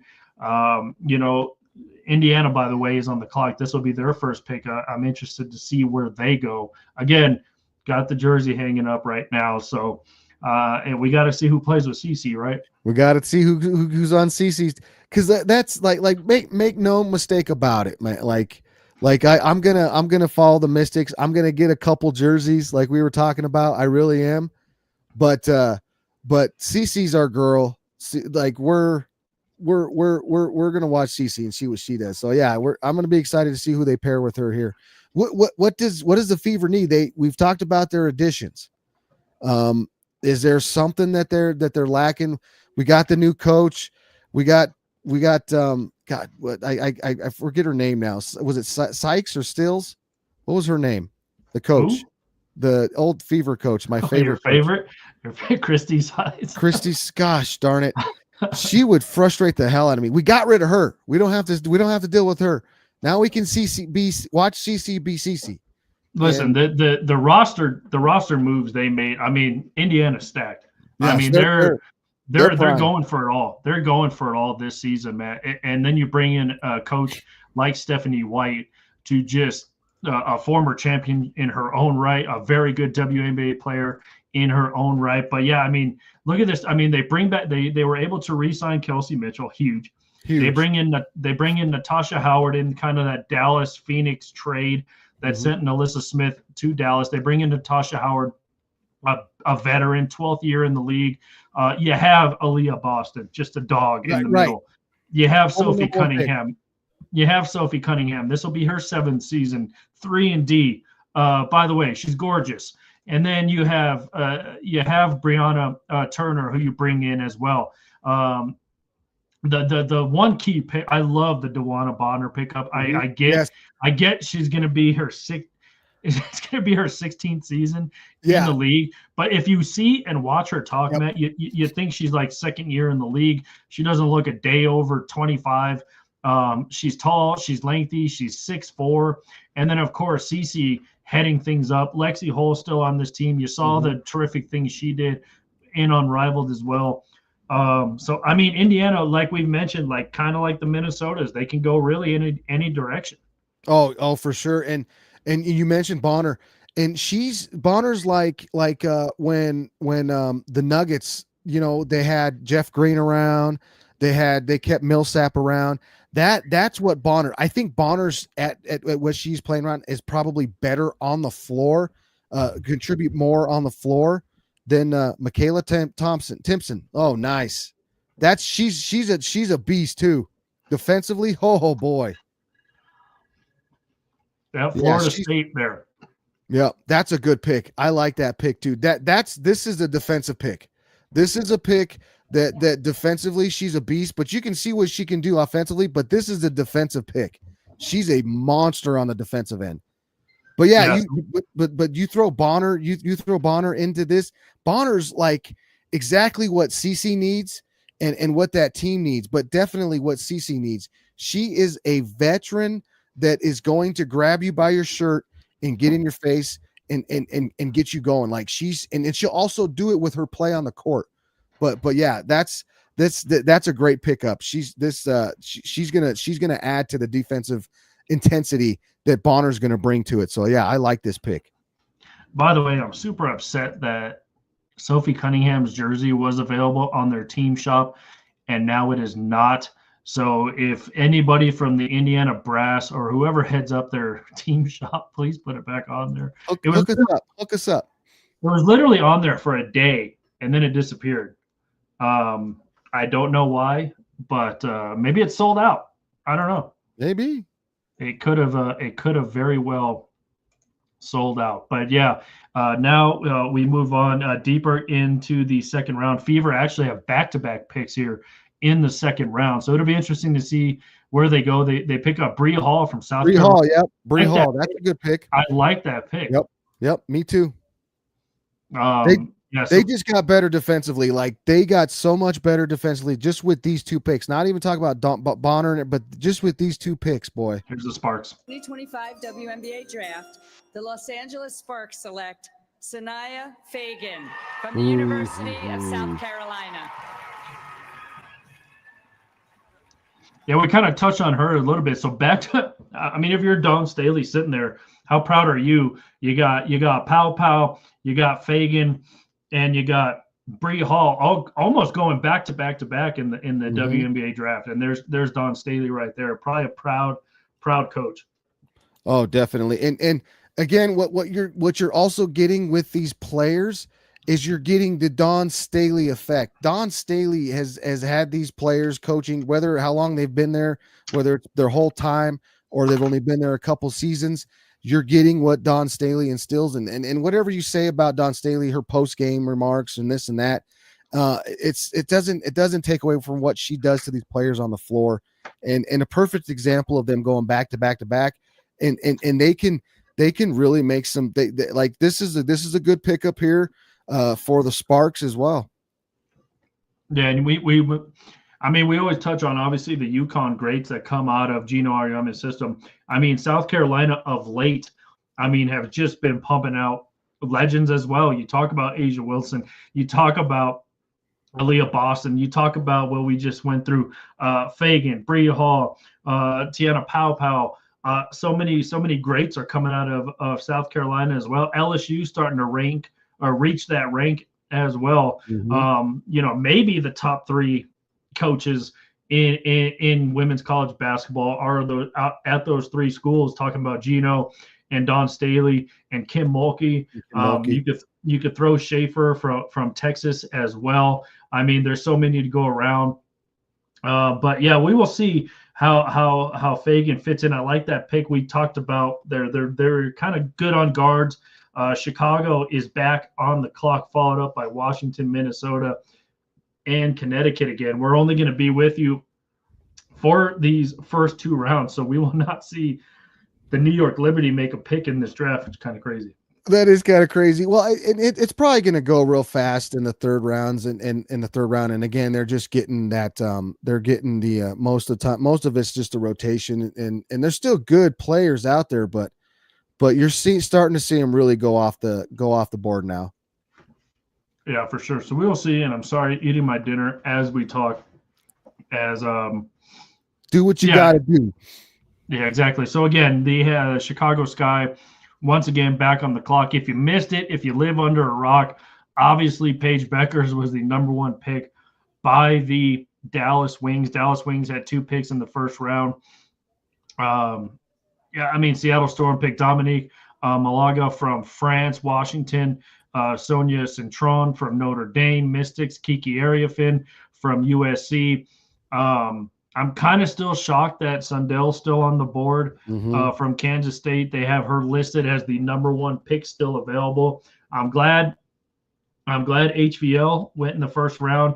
I think she's going to fit in well with the Chicago Sky as well. Yeah, I do too. And I mean, why where are they going to go here? They just go get another big. How about that? How about they go get another big? I think they're going to go with I'm thinking they might go Taylor Jones, forward from Texas. Maybe they might go there. Rhea Marshall's still there, but she's a center if they want to go get big again. But Sundell, like you mentioned, Sundell's still out there, could be somewhere to go. But I would not like, again, Anika Sotua is still out there. That's somebody that I have really looked at as like, man, that's somebody that they if they pick that girl up, they can get into a situation where they can really watch that player blossom and be really good. Yeah, if they went Taylor Jones out of Texas, that's a lot of meat. That's a lot of meat out there. If they were to play big with Angel Reese Cardoso and Taylor Jones, you saw what Taylor Jones was able to do in her last couple seasons at Texas. She's a force to be reckoned with in the paint. Yeah, that's just a big lineup if they were to draft her. I mean, I don't think they will, but it's just something to look at, something to think about. Because heck, who knows? They might trade Cardoso. They might look at trading some of these players that they got. Yeah, I was going to say I wouldn't see her slotted into the starting lineup with Chicago. I could see her spelling Cardoso though. Taylor Jones would be a fantastic option off the bench for I'm not going to say Asia Wilson because they have enough bigs out there in Vegas, but like a Cardoso. I mean, they like a Alana Smith out there in Minnesota, who has a pick two picks from now. She would be an excellent number 2 center on really any team. Yo, yeah, and the fact that she's still available, and then Prince is still available. Who's that? Oh, that's. I was just recapping, Paige. Oh, recapping. But yeah, Washington on the clock once again. The pick is in. We'll wait for the commissioner. They got Paige on the panel right now. If you want Lucy, to hear her talk a little bit, there's your girl. There we go. That's a good pick. An awesome pick. That's an awesome pick. There you go. Yeah. You see You're it. You're going to be a Mystics fan. You see it behind me. You see it behind me. You're going to be a Mystics fan now. Look at that. Big Lou. I want to hear Yeah, Big Lou. And it kind of sucks that they're talking over. It's like Jokic on the Taco Bell, yeah. Right now. But it is Paige Beckers. Yeah.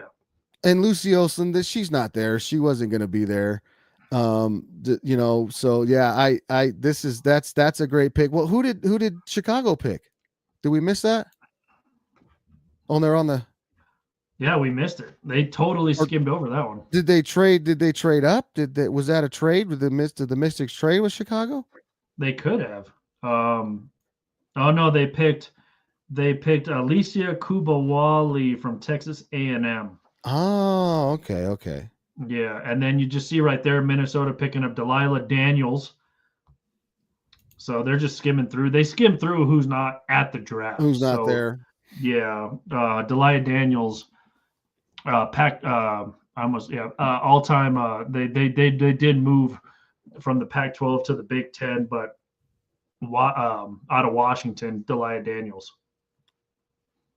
So Connecticut will have the last pick in this second round, and I maybe we can hear Paige talk a little bit. Obviously, there's been anticipation about the moment you just. Seattle Storm is on the clock. No, Sun made their pick. Pick is in. This is weird. When they're not at the draft, they just skim through these. They just yeah. So we'll see who Connecticut picks here. Ryan Marshall. That's a good pick. 6'4" forward center out of USC. She's a monster. Yeah.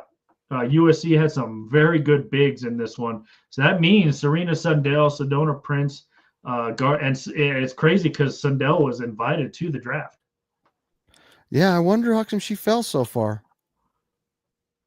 I don't know. Those Euros, they're taking those Euros. They're looking at they're like there was a lot of investment in the European leagues this year. Yeah, so Seattle's actually the first pick in there you go. My girl right there. Lucy. Big Lou. She looks so different without Big her Lou. hair pulled back. Oh, I know. Yeah, see there it's kind of cut off. Big Lou behind me. Big Lou. Big Lou. I would again. We kind of talked about this yesterday. I would have loved to have seen Big Lou link up with CC in Indiana. That would be yep. They missed an opportunity there. Again, Seattle now on the clock. We said we're only going to go the first 2 rounds, but this is Seattle's first pick of the draft. We could see this. Actually, it's their second pick. They did pick up Dominique from France, so we'll see. We'll see what Seattle does here. Start to kick off the 3rd round of the NBA draft. Like you said, it's going to go by quick. By the way, the New York Liberty we talked about, Matt, they have the last and final pick of the draft altogether. So if you're a New York Liberty fan, you got to wait all the way till the very end, and who knows what's going to be left there. There's Sundell. All right. So Serena Sundell gets picked up, first pick in the 3rd round. And I mean, did she say, I'm not going to go walk on stage? Is that a conversation that they maybe asked? Like, I'm invited to the draft. Maybe they'll show it when they come back from break. I don't know. Cause I think they're just rapid fire now. So if you're invited to the draft, you're pretty much expected to go 1st round, right? All the projections say you're a 1st round pick. You don't go in the 1st. You don't go in the 2nd. Do you walk? Do you go up there, Matt? If you're waited all this time? I'm like, yeah. Get out of my way. I'm walking up there. Get out of my face. Step aside. Let me go up there. I waited all this time. No, I don't know. I wonder how it works. Maybe they didn't have a jersey for her. Because they're just, it's like rapid fire now. They're just blank. They're just boom, boom, boom, boom, boom, getting them out. So I wonder if that's a situation where they do that.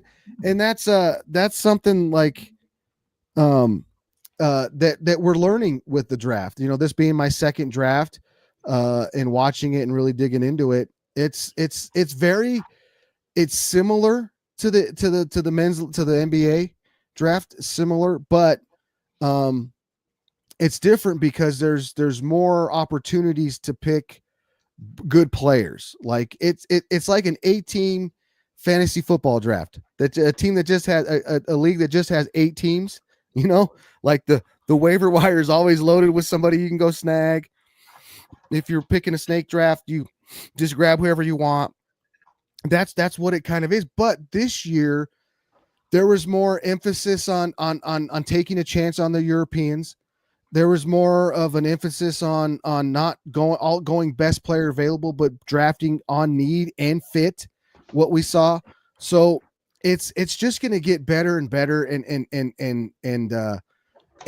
we'll see how the draft evolves with the new eyes that are on it. Because we cannot look away and say that what Caitlin Clark, Caitlin Clark's generation, and you throw Paige into there.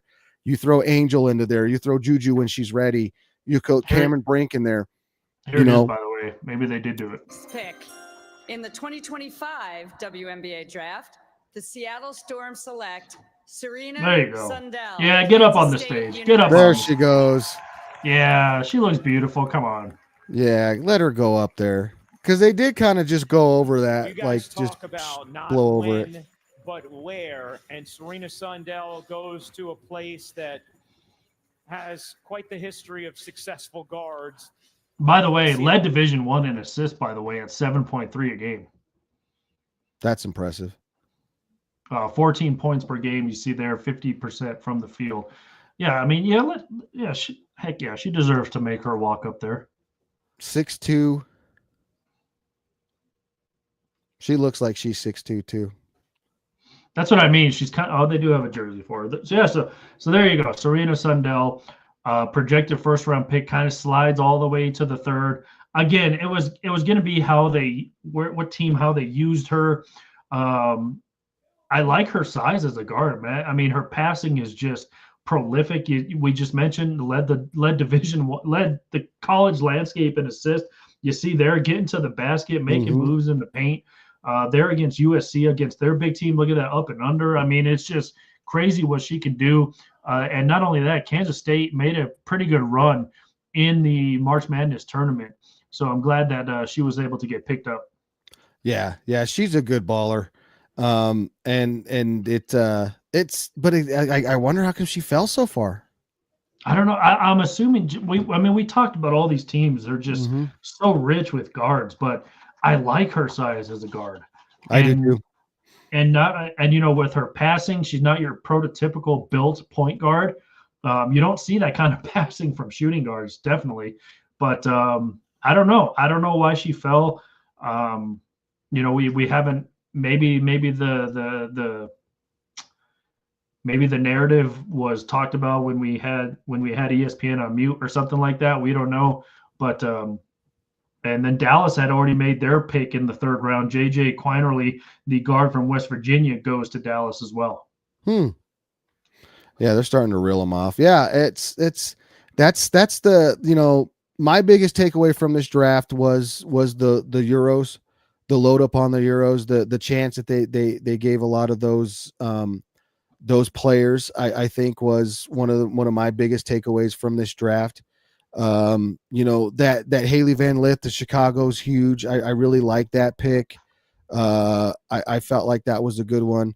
But it's overall it's the Euros and we'll see if that Valkyrie pick, the pick in JJ, the Lithuanian assassin, as their first official draft pick, that's who they went with. And I love the Georgia Amara pick. That's freaking tremendous. I want to see how she fits in there. So I mean, it's a good draft. The Kiki Efren, oh man, the way she plays basketball, that's going to be fun. The Mystics. So my biggest takeaway from the draft were the Euros, and the Mystics are going to be fun to watch this year.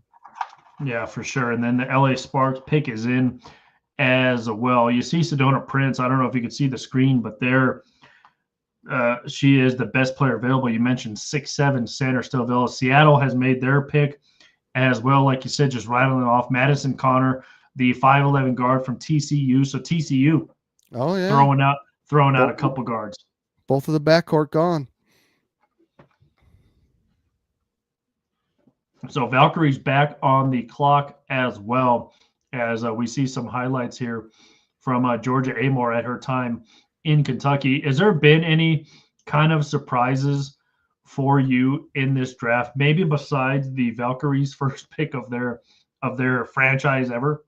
I thought Anissa would go earlier than she did. I guess you can kind of, for me, that's a surprise. For me, it was because she's just one of my coveted players in this draft. I thought there would be more trades.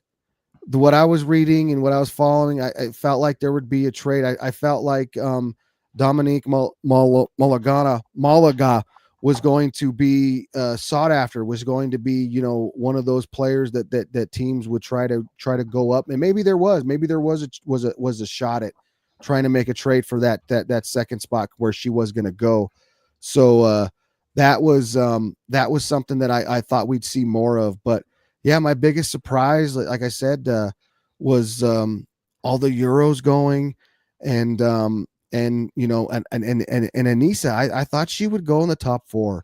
I really did. I felt like there was a spot that she could go, but they chose Kiki. I think that I thought they were going to go right there where Kiki went, and then they went with Kiki instead. So the Valkyrie's on the clock now. By the way, the LA Sparks, they picked Latu King from Notre Dame. Seattle made their pick. The pick is in for the Valkyries. Again, I wonder how many players that were kind of at the draft are still left. My heart goes out to Serena Sundell for sitting there for so long. and I guess the courage to go up there and grab that jersey. But like we mentioned, why the hell not?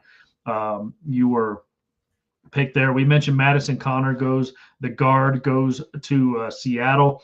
So Seattle racking up their picks as well. We'll see what the Valkyries do here. Dallas, Washington, Indiana, one more pick in this draft. Seattle again, Vegas, Atlanta, Minnesota. And then, as we talked about, the New York Liberty with the final pick in the WNBA draft. But is this Sedona Prince? Is that who it is here? I don't know. Let's take a listen.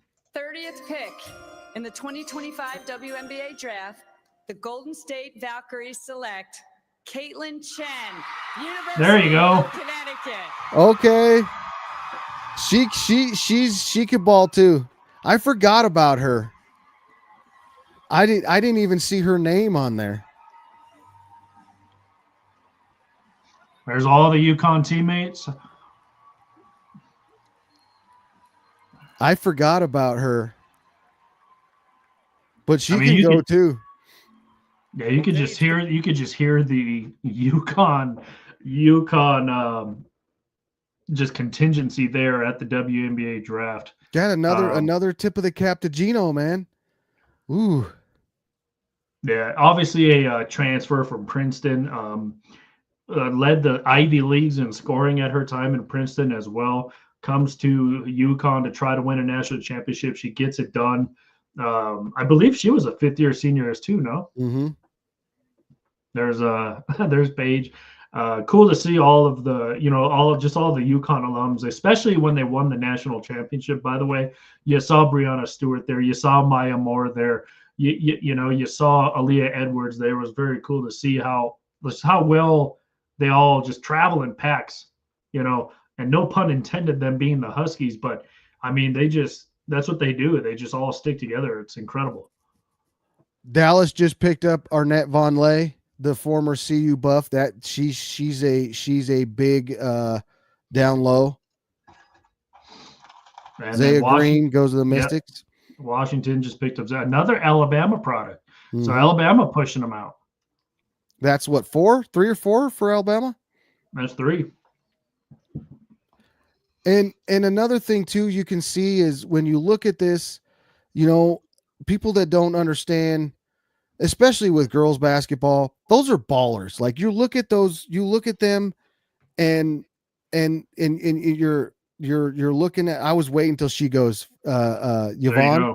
Yep. I was waiting till she goes, but you look at them standing there, you look at them, talking to each other, just all those are ballers.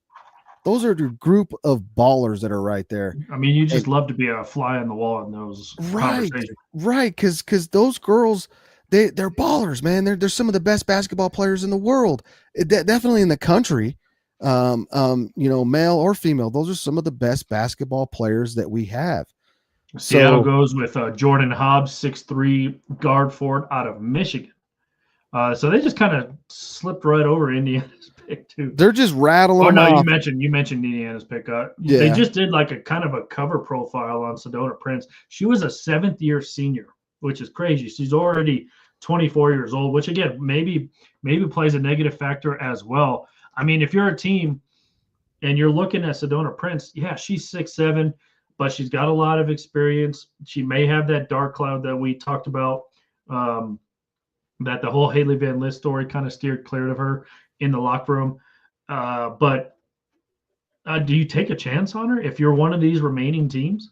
If you have the right core, if she has all that baggage and everybody knows it, if they have the right core, then that's a good spot for her. That's a good place to go. You're talking about right core. Vegas has got the right core. If Asia Wilson takes her under her wing, that's outstanding. Minnesota has the right core. Yep. The Liberty have the right core with Breanna Stewart and Sabrina. Take her under her wing. Kind of. I mean, can you imagine Breanna Stewart and Sedona Prince out there at the same time with Sabrina? That's a pretty good lineup.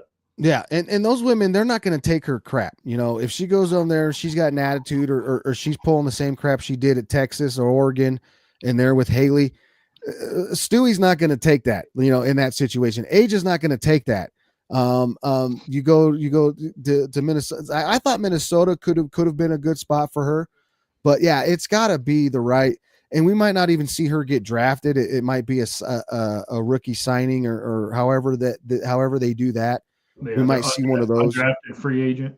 Yeah, it might be one of those, but I think it has to be the right core for her, and it's a situation where it has to be. Oh, look at that. Taylor Theory went to Atlanta with Brittany Griner. Brittany Griner would be a good somebody that a good let me take you under my wing kind of situation for her too. So Minnesota on the clock now. Again, rapid fire here in the third round. They're the second to last pick. I kind of like that Vegas pick there too, and Turner as well. So here we go. We got somebody at the draft. With the 37th pick in the 2025 WNBA draft, the Minnesota Lynx select Aubrey Griffin, University of Connecticut. There's the other one. Now they're just picking Connecticut players. They just got to be just picking Connecticut players. Now they're just rubbing it in. Yeah. That's a good pick too, but these are all rotational depth players right here. I don't know if she cracks that backcourt. But it's these are all these are great picks, great picks for them, great picks for the school. And another thing too, you're looking at college basketball, women's college basketball, and you're seeing a lot of the same, just like you see it in football, you see it in men's basketball, a lot of the same schools. You see a lot of the same schools being players being drafted from. Yeah, so we will. Well, now Sedona Prince is really on the hook now as the Liberty have the last and final pick of the WNBA draft. They could. Stewie could be like, yeah, go get her. Let me whoop her butt. Let me whoop her butt into shape. Yeah, we'll put her into shape real quick. Yeah, so 3 UConn Huskies picked up in this draft as well. Looking, I know they got nice clothes on and they look nice, but they're ballers, man. That's a bunch of ballers right there. Yeah, for sure. Yeah, and Nika Mule last year, Aaliyah Edwards last year. So there you go. They have Sedona Prince. They have Madison Hayes from NC State. Another NC State product still waiting in the wings. Jewel Spear from Tennessee. Diamond Johnson from Norfolk State. So, I mean, the pick is in for New York. We'll see if the commissioner comes out for this one as well, but she does not, as it's Adaya Kane. There you go, from France. So another Euro coming over. I think that's like the 9th or 10th international European player that's been picked in this draft. I think that might be history, if I'm not mistaken. I thought I saw something like that come across. There you go. By the way, season starts so soon. I'm so excited. I'm pumped now. I'm really excited. Like I can't and I hope everybody else is too. Like this is I want to see how the Mystics do. I want to see what Haley does there in Chicago. Obviously we got our girl Cece. She's just on a stack team to see what that looks like. And Paige, we're gonna see what she does. And we got Kelsey in LA. Vegas looks a little bit different, but still has the same core, still has Asia there. Brittany Griner's in Atlanta. There's a lot of things this year. We're going to see. It's a lot. It's going to be a different WNBA. I think it's going to be exciting and it's going to be fun to see, especially to see what these rookies do and how impactful they can be, how impactful Paige can be. Yeah, and going back when I asked you kind of your shocks and surprises, I like the pick for Washington, but I'm kind of surprised that Sonia Centrone went so early. I know she was projected a top 5 pick, but that was kind of I'm glad she went there. I like that fit. Like we said, JJ, the Lithuanian assassin in Valkyrie was. Even when the pick was selected, we listened to it. I mean, the room just kind of fell silent. They didn't know what to say too. Yeah. I love the Georgia Amore pick for Washington as well. Connecticut with back-to-back picks going with Anissa Morrow, Sanaya Rivers, like those picks. Love the Sarah Ashley Barker in LA. I mean, they're probably gonna have the most freaking beautiful team in the WNBA team, by the way. Showtime sparks for sure. Don't forget that Kelsey Plum is drop dead gorgeous as well. Yeah. Don't forget about Cameron Brink. I mean, she's the tallest drink of, I don't even know, but whatever you like to drink, she's just a tall glass of it. And then you add Sarah Ashley Barker, who we saw was just absolutely stunning in this. I love Haley Van Lith in Chicago as well. I'm kind of surprised that she slid that far. But she was projected a second-round pick. I'm glad she got picked up in the first round. Right. That's a good spot for her. That is a really good spot for her to give her an opportunity to lead that Chicago team for sure. And from that position, like she's played with Angel. She's played against Cardoso a couple times, I would imagine, whether she was at Louisville and when she was at LSU when they played South Carolina. So there's a lot of familiarity there, but overall, like it's a good fit. Yeah, I guess my only really shocker was the Valkyries first pick. Although she was projected a first round pick, so I'm not kind of surprised, but I'm surprised she went that early.